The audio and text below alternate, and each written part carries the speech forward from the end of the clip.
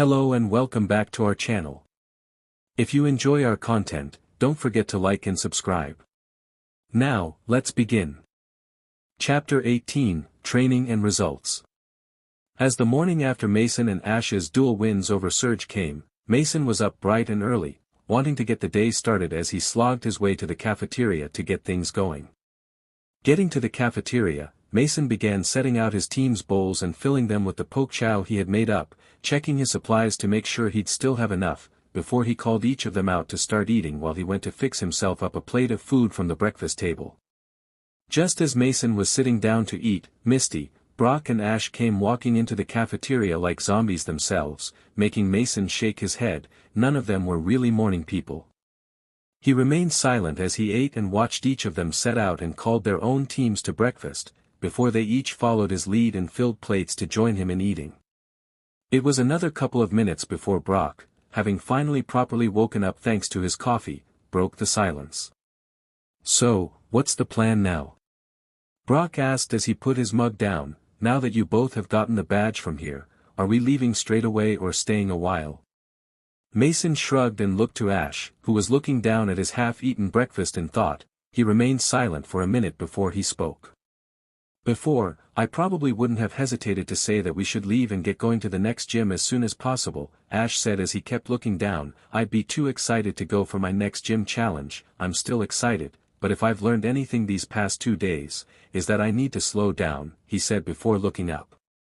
"I thought about this last night," Ash stated plainly. "The gyms are only going to get harder from here on out, because of the number of badges me and Mason now have, and if I'm honest with myself, I'm not ready. My team isn't ready," he said before looking at his team as they heard him and began to protest. He raised his hand. "That's not any of your faults, it's mine as your trainer. I haven't been putting in the time to train each of you like Mason does with his team. I thought we could get by, but if the other gyms are going to be harder than what we've faced so far, I need to take time to train each of you, and myself. We all need to be stronger," he said before frowning.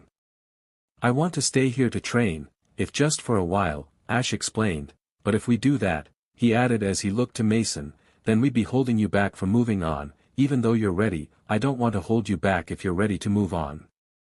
Mason shook his head at Ash's worrying. "Nonsense," he said as he took a sip of his coffee again. "If you want to stay here for a while, I'm all for it. I could use the time to keep training and plan ahead some more," he said before shrugging. "We still have plenty of time to get our other 5 badges in order to qualify for the league. As long as I'm training, it's not really that much of an inconvenience. Besides, I'm in no hurry to go back to sleeping in a camping bag."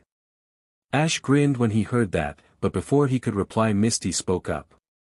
"Now hold on, you guys can't just spend all your time training," Misty complained. "We're in Vermilion City, for crying out loud. It's one of the most luxurious and exotic places in all of Kanto, not to mention all the rich culture that passes through here from the port.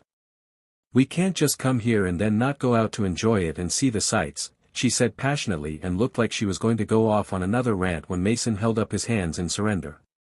Okay, we get it, Misty," Mason said with an amused grin. "How about this? We spend the next 3 days training and planning, then after that we can take a day to go out sightseeing. Once that's done, we'll talk again about what we want to do. Today's going to be our 3rd day after all. Tomorrow we have to start paying for our rooms and any meals we have here. I may have a regular income now, but I don't want to end up blowing too much of it before we have a better timeline of what we're going to be doing," he reasoned out, while keeping his real reasons to himself. He knew exactly what was meant to happen after Ash beat Surge in the timeline, the whole SS and mess and everything that followed. Since they hadn't seen hide nor hair of Team Rocket while they were here, Mason didn't want to take any chances and wanted to avoid setting foot on that ship if he could help it, so waiting 3 more days before they ventured out should hopefully mean that they missed the window when they should hopefully be able to skip the whole sheet show. Brock nodded at Mason's suggestion. "Sounds like a plan to me," he said as he finished his breakfast and started on his 2nd cup of coffee, trying to hide his small smirk.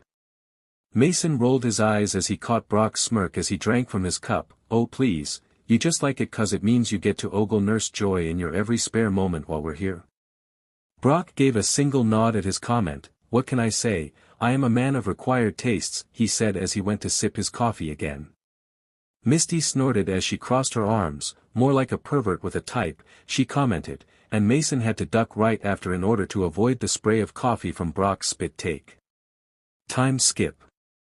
Mason sat down at his desk in the room he had rented in the Pokémon Center. On the morning of the fourth day after their little meeting, he had just finished his morning routine and wanted to take some time before he went out, to go over his team stats.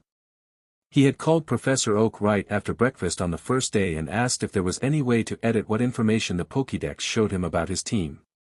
The professor had taken the time to give him a complete run-through of the Pokédex systems and had even taken to writing him a custom script for his Pokédex to show him exactly what information he wanted to know about each of his Pokémon, dividing their moves up to show what moves were learned themselves and what moves were learned via TMs. It also showed an estimated level for each of his Pokémon so he could gauge their individual strength with just a glance. So over the past 3 days he had been watching their progress via his Pokédex and he was very pleased with what he saw now. Species, Dratini. Gender, male. Ability, Shed Skin. LV, 21. Moves. Wrap. Leer. Thunder Wave. Agility. Slam. Twister. Dragon Rage. New move, Dragon Breath. TMs. Fire Blast. Thunderbolt. Straight face. Species, Poliwhirl. Gender, male. Ability, Swift Swim. LV, 38. Moves. Bubble. Water Gun. Hypnosis. Pound. Double Slap. New move, Rain Dance. Body Slam. Hydro Pump. TMs. Bubble Beam. Straight face. Species, Spearow. Gender, female. Ability, Sniper. LV, 25. Moves. Peck. Growl. Leer. Pursuit. Fury Attack. New move, Aerial Ace. Mirror move. Agility. Unique move. Double Team. Straight face. Species, Scyther. Gender, male. Ability, Swarm. LV, 40. Moves. Quick Attack. Leer. Vacuum Wave. False Swipe. Wing Attack. Double Team. Agility. Slash. Razor Wind. Swords Dance. New move, X-Scissor. New move, Steel Wing. Straight face. Species, Golbat. Gender, female. Ability, Infiltrator. LV, 24. Moves. Supersonic. Bite. Wing Attack. New move, Poison Fawn. New move, Air Cutter. New move, Steel Wing. Swift. TMs. Toxic. Hyper Beam. Straight face. Species, Marowak. Gender, male. Ability, Lightning Rod. LV, 29. Moves. Bone Club. Swords Dance. Headbutt. New move, Fire Spin. Bone Meringue. New move, Will-O-Wisp. New move, Bone Rush. New move, Flame Wheel. New move, Shadow Bone. TMs. Dig. Fire Blast. Earthquake. Straight face. Species. Growlithe. Gender, female. Ability, Flash Fire. LV, 24. Moves. Bite. Roar. Ember. Agility. New, Fire Fawn. Take Down. Flamethrower. TMs. Dig. Swift. Fire Blast. Straight face. Species, Squirtle. Gender, male. Ability, Rain Dish. LV, 12. Moves. Tackle. Tail WHP. Bubble. Water Gun. New move, Rapid Spin. Withdraw. Bite. Bubble Beam. TMs. Ice Beam. Straight Face. The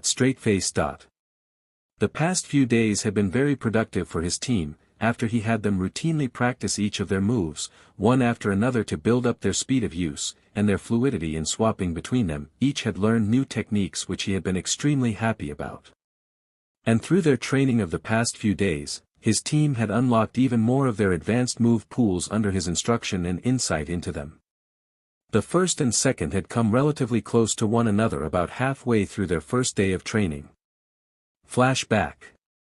Mason was watching his team train eagerly as he kept his Pokédex open in one hand, checking their progress every few minutes as they trained. They were approaching a point where Mason was ready to tell them to take a break, but before he could do so, the sound of metal striking metal filled the air, making all of Mason's Pokémon stop moving. Mason looked in the direction of the sound and couldn't keep the grin off his face. Both Scyther and Golbat had stopped mid-strike, their wings shimmering silver as they held their position, both looking at their wings in shock, having been the source of the noise. Grinning, Mason looked to his Pokédex to see the new unidentified move listed under both their entries and grinned as he put it away and approached them, applauding. "Excellent," Mason said happily as he came over to them. "That was perfect," he praised. "Congratulations both of you," he said as they broke apart and turned to him in confusion. "The move you both used is exactly what I was hoping for. By hardening your wings you have gotten to the point that they will be as hard and as sharp as metal, precisely as I was hoping you would," Mason explained to them. "Let's call this move, Steel Wing. It will give you both a new type of coverage for when we battle. Great job both of you," he praised. Both Pokémon seemed to swell with pride under his praise and attention as he grinned at them. "Now, I want you both to keep practicing this for a while yet," Mason told them. "You've just learned the move. Now it's time you properly mstr it so that you can both use it without fail, and do so quickly. Speed is everything in a battle. Those who strike first often win, and that is precisely what we need. Once you have got it down, I have your next training planned out," Mason stated. "Golbat, I want you to instruct Scyther on how to gather the same poison-type energy that you use in your toxic attack. And Scyther, I want you to focus on gathering that energy in the edges of your blades."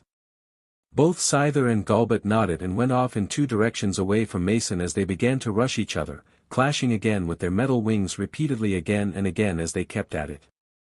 Mason watched them go, pleased with this outcome so far. This whole move had been an experiment on his part. Steel Wing was a move that, in the games, both Scyther and Golbat would normally only be able to learn via TMs. By learning it on their own like this had proven to him that it was possible for Pokémon to learn advanced moves that were regularly only available to them through TMs as long as they were given instruction how to do so. This was very good. With his team still going strong in training, Mason turned his attention to the only one of them who currently wasn't doing anything, except sitting still with his legs crossed and eyes closed. Approaching his newly evolved Marowak, Mason stopped a few feet in front of him with a grin. "How's it coming? You think you understand what you are capable of now?" Mason asked, knowing that for the past hour Marowak had been growing accustomed to his complete typing shift that his evolution had brought him. Going from one typing to two completely different typings must have been a bit strange, Mason could only imagine, but he was more than happy to wait and allow his latest evolved Pokémon to get a handle on his new abilities first. But when Mason saw the look in his eyes when Marowak opened then and looked up to his own, he could tell immediately he was ready, especially if the grin he was sporting was anything to go by. "All right then," Mason said as he grinned back before pointing at one of the targets that currently none of his other Pokémon were using. "Show me what you can do," he said as he slipped his Pokédex out of his pocket again and began looking between it and Marowak expectantly. He wasn't waiting long. Marowak jumped to his feet as he opened his mouth and Mason watched as a spiral of flames shot from his maw towards the target. Mason recognized the technique and grinned. "Fire spin," he thought to himself as he watched the flames flicker as they spin around the target for a moment more before going out. Then Marowak raised his club as the blue flames on its end flared and with a hard slide launched a blue fireball towards the target, hitting its center before disappearing instantly, making Mason's grin grow. Will-o-wisp, he thought in recognition of the blue flames. As soon as the flames vanished, Marowak took off running towards the target as the blue flames on his club flared. A few steps forward he spun his club and threw himself forward as he began to spin and shot towards the target, crashing into it, club first. Flame will, Mason thought as he watched, his excitement growing. Bounding back from the attack, Marowak landed on his feet only to go forward again, his club glowing a bright blue shade as it seemed to get longer, and began to move in rapid succession with his club striking the target over and over again in fluid movement, each leading into the next. Bone rush, Mason thought in recognition before pulling back as the flames on his club flashing and turned a dark purple as he began to spin it, before with a hard swing struck out at the target, leaving a large dent where it struck, and that would be Shadow Bone, Mason thought before he put his Pokédex away and began to applaud. Very nice, Mason praised as he approached Marowak, not too shabby at all. I was not expecting that, and it was true, he expected maybe 1 or 2 new skills, but not 5, he figured teaching him Fire Blast when he was just a cub one gave him a better grasp of his fire attacks. Marowak grinned at the praise and began to spin his bone and dance as Mason chuckled at the signature dance. We can definitely work with. Mason began to say before suddenly he was cut off by a loud crunching sound, like something thick and wooden just broke clean through. Looking in the direction of the noise, Mason had to blink. It was one of the human-shaped targets that his team were using. This one, its left arm had been severed a few inches from its shoulder, and the broken part lay on the ground a couple of feet away, its broken end charred black around the edges. And Growlithe stood a few feet further away, flames flickering from the sides of her maw. Mason blinked once, then again, Fire Fong. Mason guessed before his confusion broke into a grin as he burst out laughing, and he quickly walked over to Growlithe and began to pet her. That was great, Growlithe, Mason praised. I hadn't even thought to get you started on that yet. I knew you were clever, learning that all on your own, he said as he pet her. Growlithe absolutely melted under the praise and affection, leaning into Mason's hand, her tail wagging, as she soaked in his praise, before finally throwing herself onto him and began licking at his face. Growly. Mason began to protest only to get another lick and then give up on protesting and trying to push her off only to start laughing, happy that she was coming around to him so well. Flashback end. The past few days had been very productive for his team in terms of training and new moves as far as he was concerned, and he had been more than happy to give Bill a call to send his Alakazam over to collect the data on the new moves for future TM sales. 11 new moves in all, bringing his total to 14. Needless to say, Bill had been ecstatic with such a huge number of new moves, and Mason had been even happier when he got the large bonus payment into his account. 10,000 for each new move. His account was sitting pretty at just under 140,000, so he was feeling pretty smug about that. Though the money was second on his mind right now as he looked over his team's levels, various things going through his mind. There was an obvious level gap with Scyther being his top at level 40, and all of his other Pokémon at various levels under that. One thing that was concerning him the most was Spearow.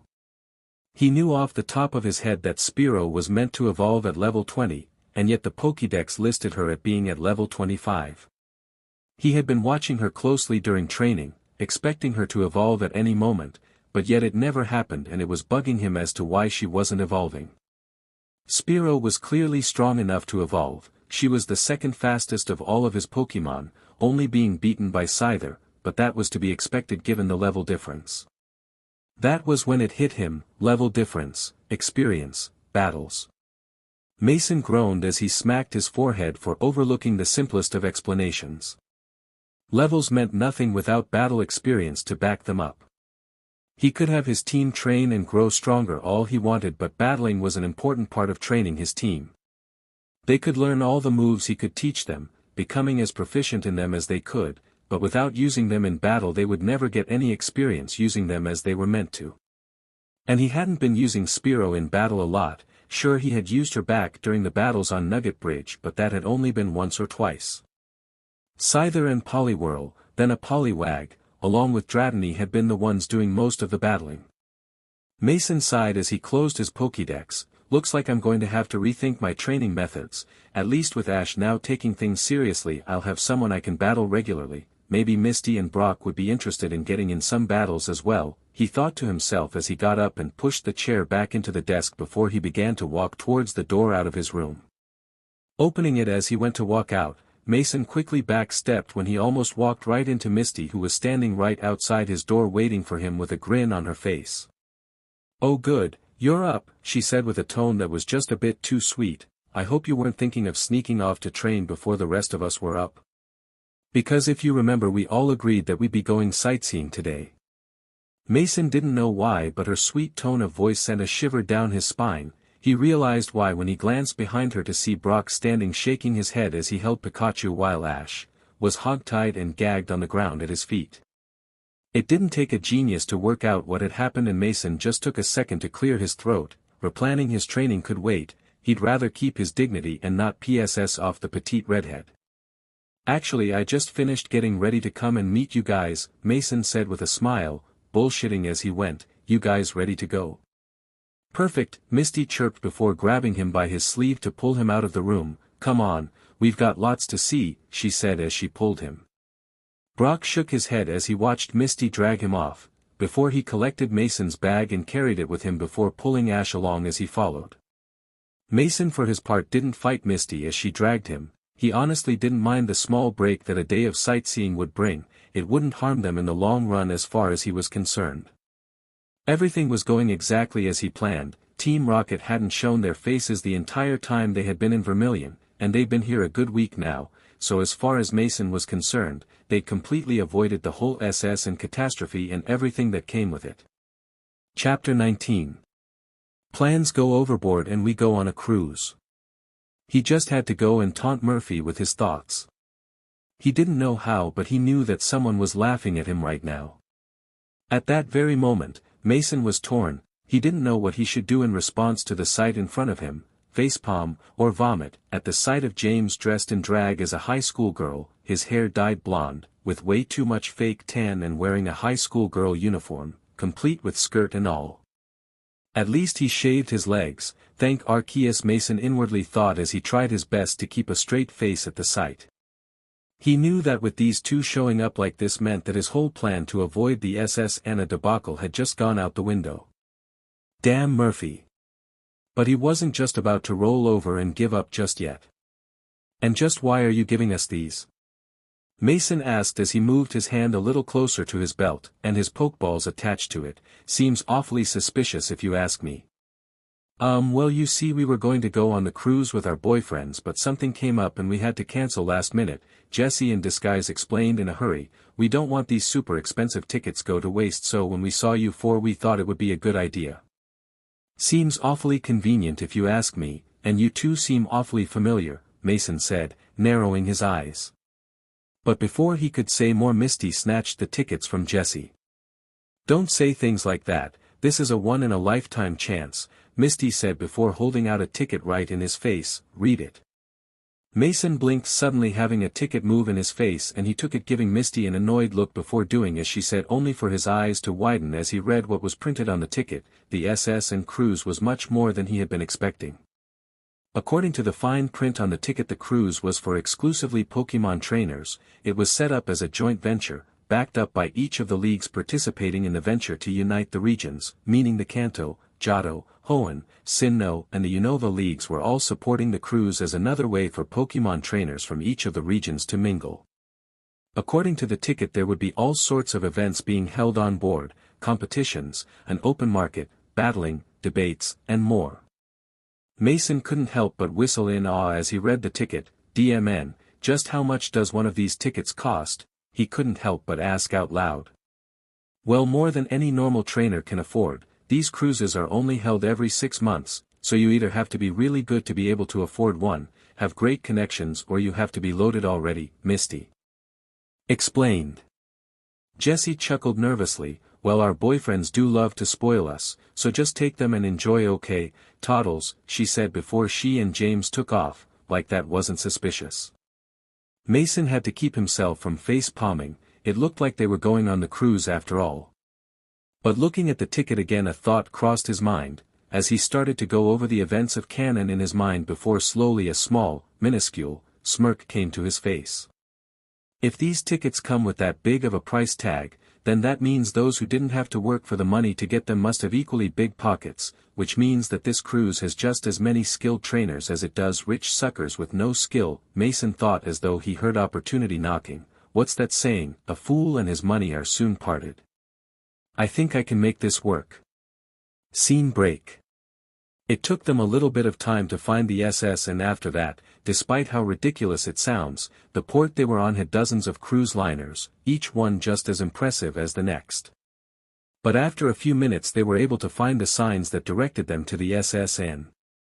After showing their tickets to the guards, they started up the long flight of stairs that lead to the main deck of the ship, and the sight that greeted them did not disappoint. The front of the ship was packed with people. Stalls were set up along either side of the ship, selling various wares and items. People and Pokémon were gathered around tables dotted around the middle area, and Mason could make out 3 or 4 smaller battle areas that were set up at the far front of the ship where battles were being held. Wow, this is amazing, Misty said in awe as they looked around. Mason nodded in agreement as he took in everything. He could see Pokémon from each of the different regions. It was incredible to see so many in one place. He didn't expect to see half of them so soon in his journey. It's like a Pokémon convention, Ash said as they began to walk through the crowd. What do you guys want to do first? Mason smirked. Well, I don't know about you guys, but I'm going to go and check out those battles. With all these different Pokémon from other regions here, I don't want to miss out on the chance to battle against rare Pokémon from other regions, he stated, and fleece a lot of these rich suckers of their parents' money, he thought to himself. I want to do some shopping. Some of these stalls look interesting, Misty said as she looked around. Brock nodded. I'm going to see if I can find any stalls that are selling rare items. You never know what some of these stalls could be selling. Mason nodded. I'll hit up the stalls after, he mused. Once I've gotten more spending money from these guys, he thought. What about you, Ash? Ash was still looking around. I'm going to look around and see if anything catches my eye. Let's meet up inside later, okay? They all nodded and split up as Mason made a beeline right to the battlefields, taking in the competition he had right now. It was all set up rather professionally, not all that surprising given who all were sponsoring this cruise. There were 3 battlefields, a rocky one, a dirt one and a water one. They weren't full size but were still quite large, and each had a referee standing by wearing a striped shirt with the Pokémon League crest emblazoned on their left chest. As he approached, he noticed some signage posted near them and he stepped over to take a read at it. It was apparently an open contest event that anyone could participate in. There was no registration needed as it was open, and the goal was to achieve 10 single battle victories in a row against other trainers to prove his skill. Swapping Pokémon between battles was allowed but not during, and the prize was a random egg and rare item draw from the large supply of both that were donated to the cruise by various sponsors of the cruise. Mason's mind instantly stalled as he read that last part, various sponsors. That meant the leagues that were sponsoring the cruise, that meant gym leaders, Elite Four, ace trainers and more, eggs and items that they had donated as prizes. He could practically feel himself begin to salivate at the mere idea of what rare and powerful Pokémon that could hatch from some of those eggs, or what treasure he could get a hold of. The only downside that Mason could see was that the challenge was limited to 1 set of prizes per person, so he couldn't take the challenge multiple times. But he didn't mind that as the fine print below stated that trainers could make their own wagers on matches. That was what the referees were there for, to make sure that all wagers and battles were kept. Alright, who's next? A voice yelled, breaking Mason's line of thought as he looked over to the dirt battlefield to see a young teen at one side of the field. He had short black cropped hair, dressed in a white dress shirt and black briefs, and was looking very smug as his opponent called back their beaten Pokémon. Mason could just make out that it had been a Zigzagoon before it was recalled, and the smug boy called back his Bizel. Mason grinned. Now was his chance to get started. I'll take you on, he said as he approached the other trainer position, making the other teen grin. The referee approached Mason and he held out his Pokédex to him to take back to the small station he was working at, and after a moment nodded. Trainers, state your wagers, he ordered. Mason smirked. 100,000 good for you, he asked, feeling confident. The teen snorted. Sounds good to me, he nodded in agreement.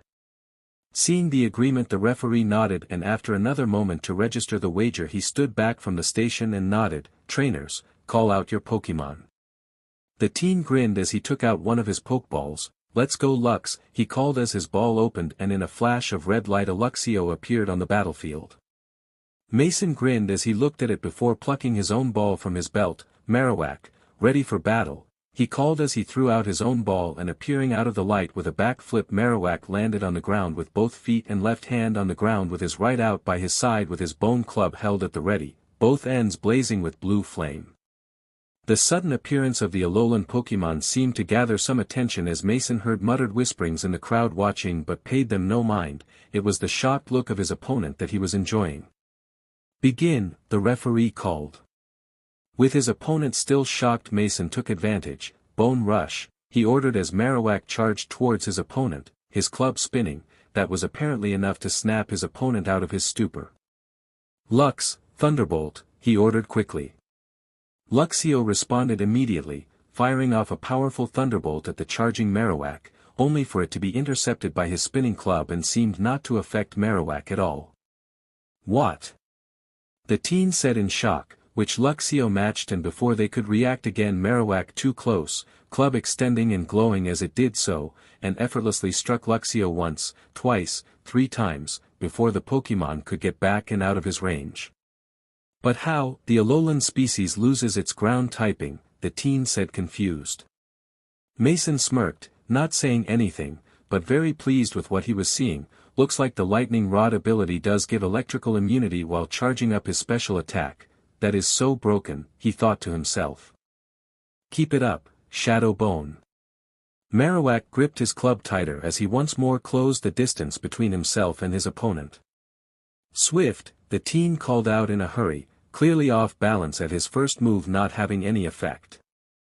Luxio opened its mouth and shot out a spray of stars towards Marowak, who simply ignored them as they just passed right through him as he shot towards his target as his club flared bright purple before it was bright, crashing into Luxio's side, sending it flying across the battlefield, only barely managing to keep inside the smaller arena. It stood on shaky legs for a moment, still looking to fight, but as soon as the teen went to give another order, Luxio's eyes rolled up into the top of its skull. And it collapsed. Seeing his opponent down, Marowak gave a nod before looking back to Mason, who nodded back before smirking to the crowd. There was only one thing to say: next. Time skip. Multiple battles later, Mason was grinning to himself as he idly scratched at Dratini's head as the small dragon lay draped across his shoulders after just having won his last match. Having won 9 battles so far, Mason was very happy, even more so as he checked his trainer account via his Pokédex to see that his bank account was looking very full. With each battle, Mason had been doubling up his wager, confident in his team's ability to win and keep his streak going, and these rich idiots had kept matching him every time. 100,000 had became 200, became 4, then 800,000, became 1,600,000, and soon after that the numbers became ridiculous. The rich brats were apparently confident enough or foolish enough to think that they could win and that the money didn't matter, and since there was referees overseeing everything, it was all legally done. So now Mason was practically giddy when he looked at his account that was sitting with well over 50 million in it. He felt a little lightheaded.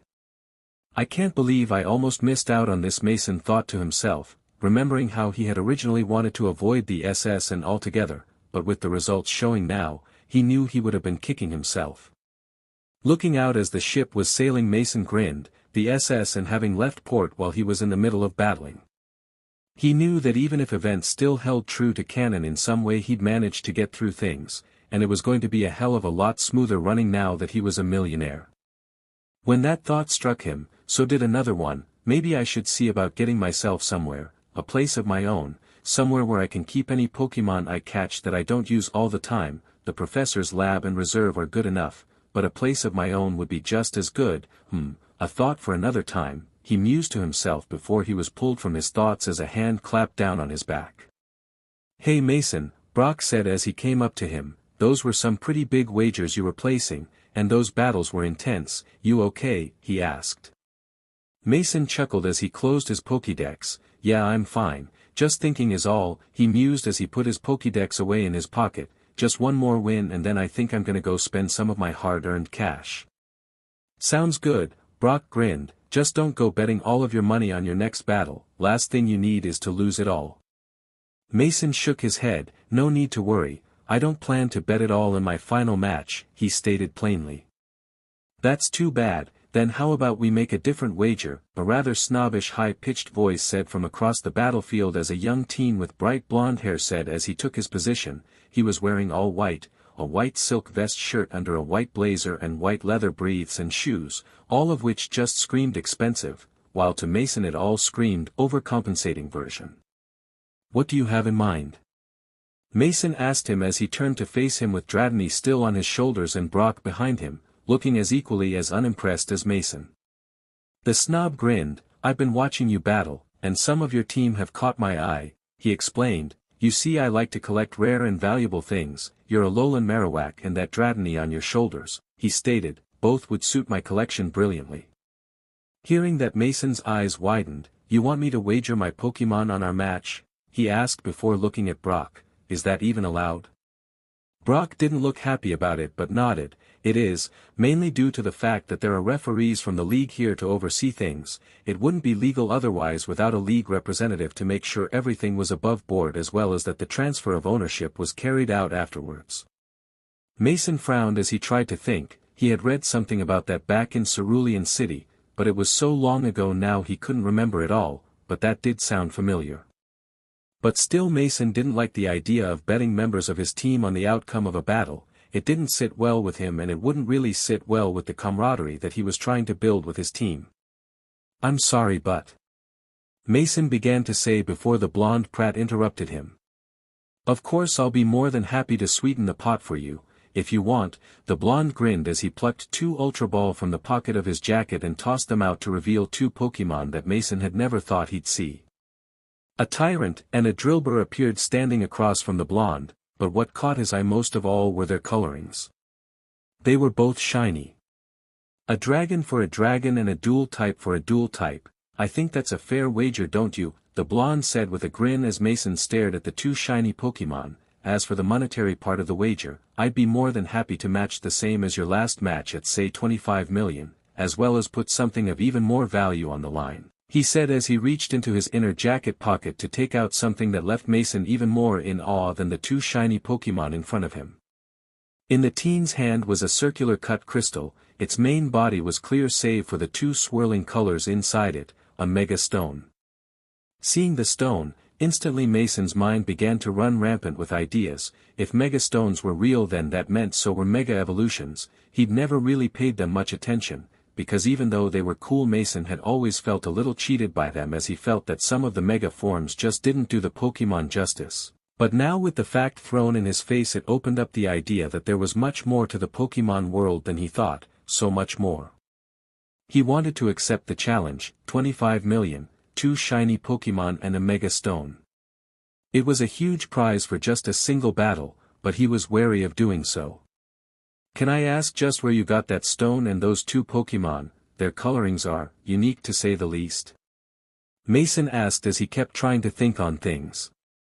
The teen snorted as he put the Mega Stone back into his inner jacket pocket and returned the 2 shiny Pokémon to their ball. Simple. My family runs one of the biggest mining companies in both the Unova and Kalos regions.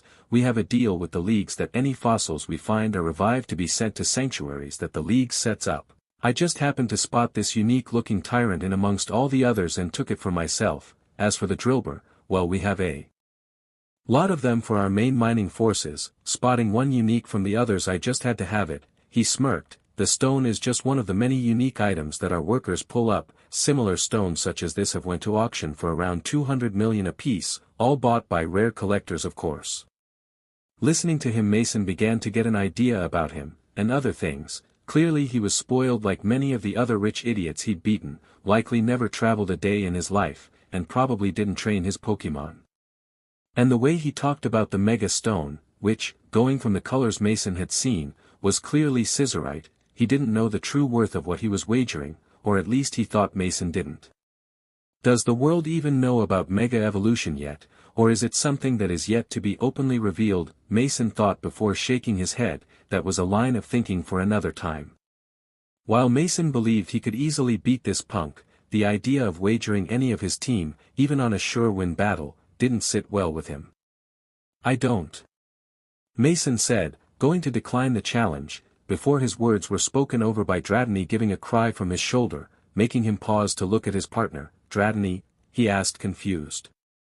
Dra Dradny Dra, the small dragon said as his eyes narrowed and gestured to the snobbish teen and then back to Mason and himself. Mason arched an eyebrow as he tried to get the gist of what Dradny was saying. You want me to accept? Dra, Dradny said as he nodded his head, his eyes still narrowed, clearly not impressed by something. Mason frowned, but then Brock cleared his throat. I don't think Dradny was impressed by how he was talking about his Pokémon, Brock said in a low voice. Neither am I, if I'm honest. People like him, who treat Pokémon as if they're just something to collect, they treat them more like objects than living beings. It rubs me the wrong way. Hearing that, Mason recalled how the other teen had spoken, calling his Pokémon as it, any time he spoke about them, like they were items. Yeah, Mason could agree, it wasn't something a real trainer would do. Now that you mention it, I bet Marowak would feel the same way, Mason muttered, recalling his recently evolved Pokémon. Given how his last trainer treated him, he knew Marowak would be spitting mad at this punk, and while using his Pokémon, his teammates, as betting chips on a match felt low, it would be more than worth it in order to wipe the smirk of this prick's face. Alright then, I accept your wager, Mason said after a moment more thought.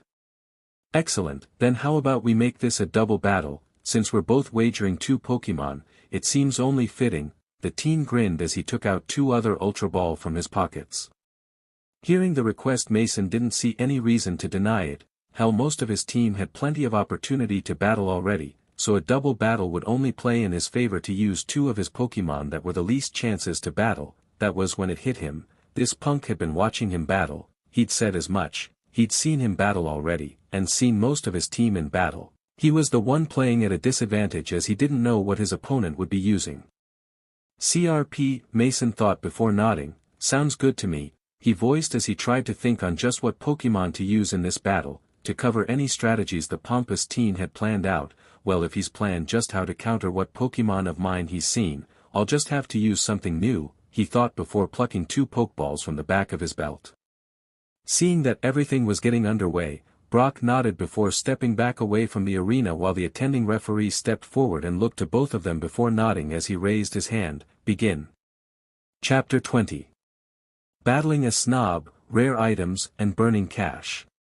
The Snob was the first to toss his Ultra Ball out into the battle arena, with Mason's following close after, and as the red light from them faded, Mason had to bit the inside of his lip to keep from groaning. Of course he would use 2 of the same Pokémon, and of course it would be these 2. Across the arena stood 2 of the bulkiest Excadrills that Mason had ever seen. While they were about the same height that Mason had expected them to be, the pair clearly had way more body mass than what their species usually had, at least going by what pictures he'd seen of them. Well, I guess that's what will happen if they are being used for excavation and mining non-stop, Mason thought to himself before he was pulled from his thoughts by the shrill voice of the rich snob. What the hell is this? He all but demanded, pointing at Mason's Pokémon, Growlithe and Spearow. Mason arched an eyebrow. My Pokémon, duh. Mason said, feigning confusion but knowing exactly why the snob was confused. So far in all of his previous battles he'd used all of his other Pokémon, wanting to spread the battle experience out amongst his team, but he hadn't used either Spearow or Growlithe yet in any of his previous matches. Didn't see this coming, did you? Thought you could watch me and plan how to defeat my team once you knew my layout, did you? Nice try, Mason thought to himself while fighting to keep up his confused act. But they weren't any of the ones you used before, the snob yelled, clearly frustrated. I've seen you use all your team in your previous battles, Marowak, Dratini, Poliwhirl, Golbat, Scyther and Squirtle. You can't have more than 6 Pokémon, and you never suched, he said before pointing his finger at Mason. That's it, you're a cheater, you're carrying over the legal carry limit. Mason shrugged nonchalantly. Oh, I see your problem. Yeah, I'm carrying over the limit, yeah, but it's not illegal for me, it's a perk of my job, he stated plainly. Why your job? The snob stuttered, his right eye twitching. Mason nodded. Yeah, he said before glancing to the ref. Hey ref, wanna fill him in? The referee nodded from his podium before typing in a command at his station to bring up Mason's profile on a screen facing the arena for all to see. Trainer, Mason Storm. Age, 16. Hometown, Pallet Town, Kanto. Pokémon registered, 8. Badges registered, 3. Profession, Trainer, Affiliated Field Move Researcher, Sylph Co. Carry limit, 8. Registered moves, 14. Mason had to try really hard not to chuckle when he saw the wide-eyed looks that the screen got from all watching on, and the slack-jawed look that the snob had, before it was replaced with one of indignation. Mason could guess why. The legal carry limit wasn't something that you could change by throwing money at it. It would only change for a regular trainer after they proved they are capable of managing a full team of 6 Pokémon for 2 years at a minimum while traveling. The leagues weren't about to just let new trainers run about with a dozen Pokémon, not only because of the danger involved but because none of them would know how to maintain and look after so many Pokémon right from the start. The only way that someone could change their legal carry limit without years of traveling was by getting a job that changed it due to the job's requirements, and there were only a handful of specific jobs like that. Mason could clearly see that his carry limit was something that was grating on the snob's ego. He'd likely tried in the past to get his own carry limit changed only to be turned down regardless of how much money he had or how many palms he greased. Too bad so. Sad, Mason chuckled for himself before clearing his throat. Can we get things started now, since clearly I'm not a cheater? Fine then, the snob said, grinding his teeth. It doesn't matter, I'm still going to win, go start with. The snob started to give his command but Mason was quicker. Hearing the snob give his consent for them to continue, Mason had no qualms about giving his first command. Combo 1, pick your targets, Mason ordered sharply. As soon as his order was given, both Spearow and Growlithe sped into motion, Spearow taking to the air as she began to multiply with double team, as Growlithe took off running, leaving a trail of light behind her as she sped around the arena using agility and started to circle one of the Excadrills as the multiple Spearow began to do the same above the other, before they began to strike. Various Spearow began to dive bomb Excadrill 1 with rapid shot aerial ace, while Growlithe's maw opened and began to spew a torrent of bright white stars at Excadrill 2, while still running and keeping out of range. The sudden and rapid bombardment had both Excadrill on the defensive straight away, not waiting for orders as they raised their claws and tilted their heads to deflect most of the blows that came their way. Clearly the two were experienced even if their trainer wasn't. What are you two doing? Don't just stand there, the snob yelled, use slash. Tear them to shreds. Hearing their orders, the two Excadrill obeyed as their claws began to glow with energy as they moved to strike. Keep back but don't let up. Mason ordered in return, watching on. The two Excadrills lashed out with their claws, but neither had luck hitting their targets. Spearow kept well out of reach in the air as she moved in and around her target using her clones as cover to strike, while Growlithe was just plain too fast for her opponent, keeping well out of range while she kept strafing it with swift chipping away as she did so. Mason grinned as he saw things playing out. Things were going well and his plan was still on track. His sudden command had thrown his opponent off, his lack of open commands giving no way for his opponent to counter him. Combo 1, it had been a command that he had taught a few of his Pokémon who met the criteria for it. Speed and evasion were its primary aspects, hit and run tactics basically.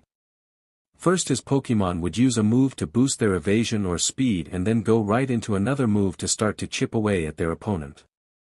Of course not all of his Pokémon had the same combo numbers. In a long drawn-out battle his opponents would eventually figure out the nature of some combos, so he had to vary them a little and give them secondary combo names to keep his opponents guessing. Seeing his two Excadrill not having any luck hitting their opponents, the snob growled, "What are you idiots doing? Stop messing around, bring them down with Crush Claw." Both Excadrill roared out as their claws began to glow crimson as energy began to seep out of them as they started to lengthen. Hearing the command for the third-gen attack, Mason's eyes widened. While the move wasn't that much stronger than its slash counterpart, it apparently gave the Excadrill extra reach that could be troublesome. Spearow, dodge to the sky, Growlithe swapped to Combo 2, Mason ordered while analyzing the situation. Spearow nodded and dodged up and into the air, using the last of her double team as cover to narrowly evade a Crimson Strike. Growlithe cut off her Swift as she jumped out of the way of her own Crimson Claw before she began running once more, this time as embers began to fall from her maw as she began to rapidly circle both Excadrill, the flames making the pair step back to avoid them as the flames touched the ground and lingered, effectively caging them in. Seeing the situation, the Snob growled, "Focus on the Growlithe, take it out, use Rock Slide," he ordered. Both Excadrill then turned their attention to Growlithe as they raised their arms and claws up into the air as the space above them began to ripple as rocks began to form in the air out of some kind of energy. "Growlithe, evade them," Mason ordered as the rocks began to fall. Growlithe cut off her flames and put all her attention into her agility as she began to dive and duck around every falling rock that came at her, jumping out of the way just as another came close to catching her as she dodged another. It seemed never-ending as more and more rocks kept forming as the pair tagged up to attack her. "CRP, she can't keep dodging forever," Mason thought to himself before calling out another command, "Spearow, help Growlithe, Combo 2. Spearow." Spearow cried out before diving down fast with agility as she shot at the pair of opponents, her form blurring as a dozen copies of herself appeared as they began to swarm the pair as they lifted up, their talons at the ready as they began to use Fury Attack in full force to deal some damage. With the rocks no longer falling, Growlithe came skidding to a halt away from the scene, looking a little tired. Seeing this, Mason gave another command, "Growlithe, back Spearow up with Fire Fang." Growlithe nodded and instantly raced forward, her maw blazing with fire as she leaped and latched onto one of the Excadrill's arms with her blazing jaw, making the larger Pokémon cry out from the pain. "What are you doing? Break away with Crush Claw and finish this already," the Snob yelled, clearly growing more frustrated by the second. Hearing the command, the pair once more obeyed as their claws blades with crimson energy and lengthened. "Get back!" Mason yelled, but it was too late. The Excadrill that Growlithe had latched on to raised its free arm and lashed out for Growlithe, who had just released its other arm in an attempt to get away, but was caught in her retreat, being hit by the large claw before she was smashed to the ground and sent tumbling away. Spearow, seeing this, went to aid her teammate, but in doing so exposed herself from her clones, and was caught immediately by the second Crush Claw that smashed her to the ground hard but not away from her opponent as the large Excadrill stood over her with his other claw ready to fall. Mason's eyes widened as he saw the second attack about to fall. "Growlithe, Combo 3, help Spearow," he ordered quickly. Growlithe got to her feet wincing but heard the order and obeyed as she ran at the Excadrill standing over Spearow, starting to speed up with agility as she gathered a large amount of flames in her maw and shot them ahead of her towards Excadrill. Mason's fists clenched hard as he watched on. This wasn't meant to happen. He didn't expect this battle to be a clean sweep, but he didn't expect to be pushed like this. Growlithe's third combo wasn't perfected yet, but it was the only semi-long move combo they had, a three-part combo, agility to get moving quirky, followed by a fire blast or flamethrower to clear the way before a surprise takedown through the cover the flames provided. The only problem was that Growlithe had problems gathering large amounts of fire while moving. That's why Combo 1, Flame Trail, was their first combo, with just being agility and ember to create trails of flames to restrict their enemies' movements. He just hoped that Growlithe could pull this through when she couldn't before. It didn't work. Despite the flames being larger than what she had been able to produce in practice, they weren't nearly enough to cover her opponent's field of vision, and when she leaped forward into a takedown, she was instead met by the second Crush Claw as a powerful backhand through her flames, which sent her rolling away with a yelp of pain. However, while the attack had failed, it had succeeded in another way, taking the Excadrill's attention off of Spearow. Spearow, who had been in pain on the ground trying to recognize what had happened to her, heard the yelp of pain from Growlithe and looked up in time to see her comrade being batted away. Her eyes blazed with her fury. How dare this brute lay a claw on one of their flock? She would make them pay. It happened in a split second. Spearow blurred with a sudden combination use of agility and aerial ace as she shot up at the Excadrill with speed, her beak glowing with energy as she readied her strike, and then she threw herself into a spin as she drove her attack forward, hitting her opponent hard on the underside of its jaw.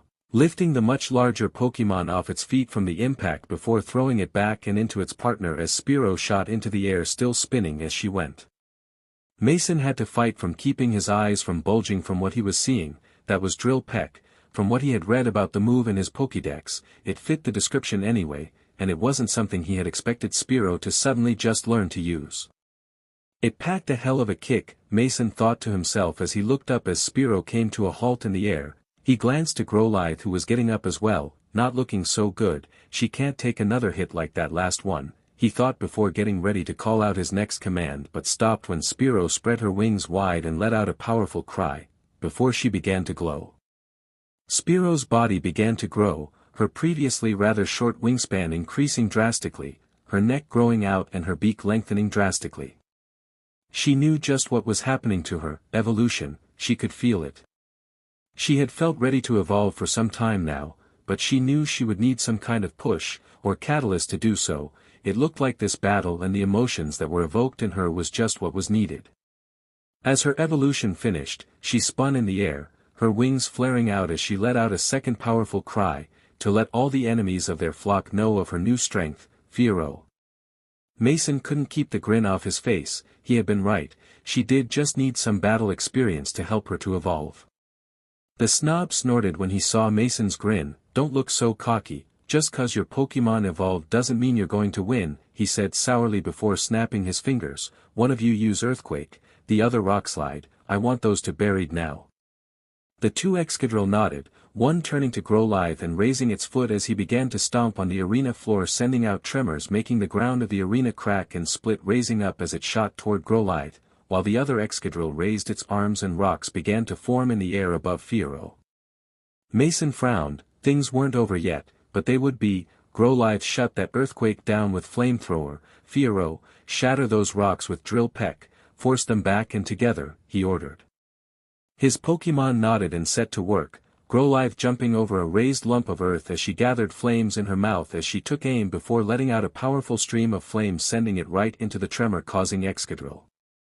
While up in the air, Fearow's beak began to glow with energy as she shot towards the falling rocks, her beak acting like a jackhammer as she shattered one after the other as she made her way around before turning her attention toward the cause of the rocks and using her speed to advance on the ground Pokémon. No matter what defenses it raised before it was once again lifted off its feet and sent flying back, only to collide with its flaming partner who had been launched airborne by the powerful Flamethrower from Growlithe. The second they met, the flames began to spread as they both cried out in pain. Seeing his Pokémon being beaten, the snob lost his cool. What are you two idiots doing? You were two of the strongest diggers from Daddy's mine, how can you be losing? Mason had seen and heard enough now. He honestly felt sorry for the two Pokémon having to put up with that idiot, but he wasn't about to lose his Pokémon because he wanted to go easy on them now. Growlithe, finish this, Fire Blast.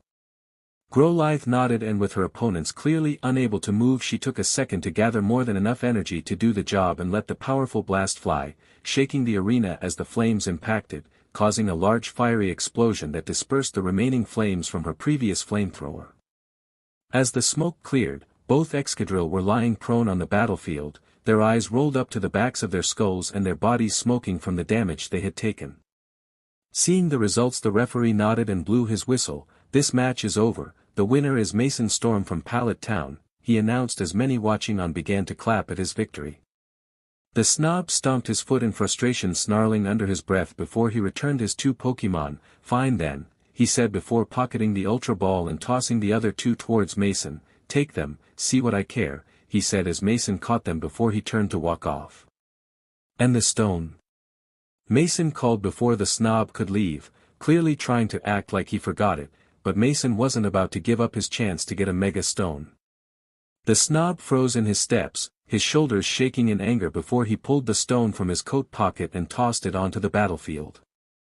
Don't think I'll forget this, he hissed before walking off, clearly angry, but Mason couldn't care less at that moment as he ran onto the battlefield and took up the circular cut stone, his eyes shining as he took in the colors of the stone. He was right, it was a Scissorite stone.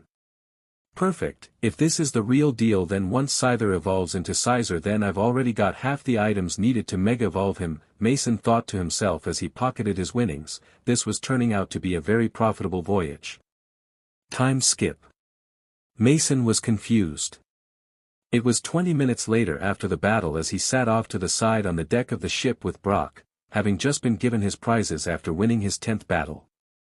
Next to him sat an egg container with his new egg inside it. It was half white and half black, but at the moment Mason wasn't paying any attention to it, rather it was the case that he held in his lap that had all his attention, his second part of his reward.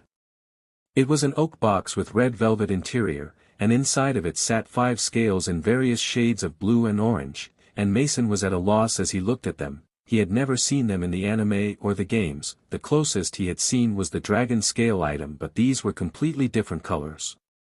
So explain to me again how exactly these work, Mason asked Brock to clarify as he looked at the scales, trying to wrap his head around the things, still trying to process just what he was looking at. No worries, Brock mused, I'm not surprised you don't know. He waved him off. You know how there are items that if a Pokémon wears them that they will help increase the power of a Pokémon's moves of a specific type, yeah? Mason nodded, like Mystic Water, for water types, Charcoal, for fire types, and Miracle Seed for grass types. Yeah, I know about a few of them. Brock nodded. Well, how do you think those first came about?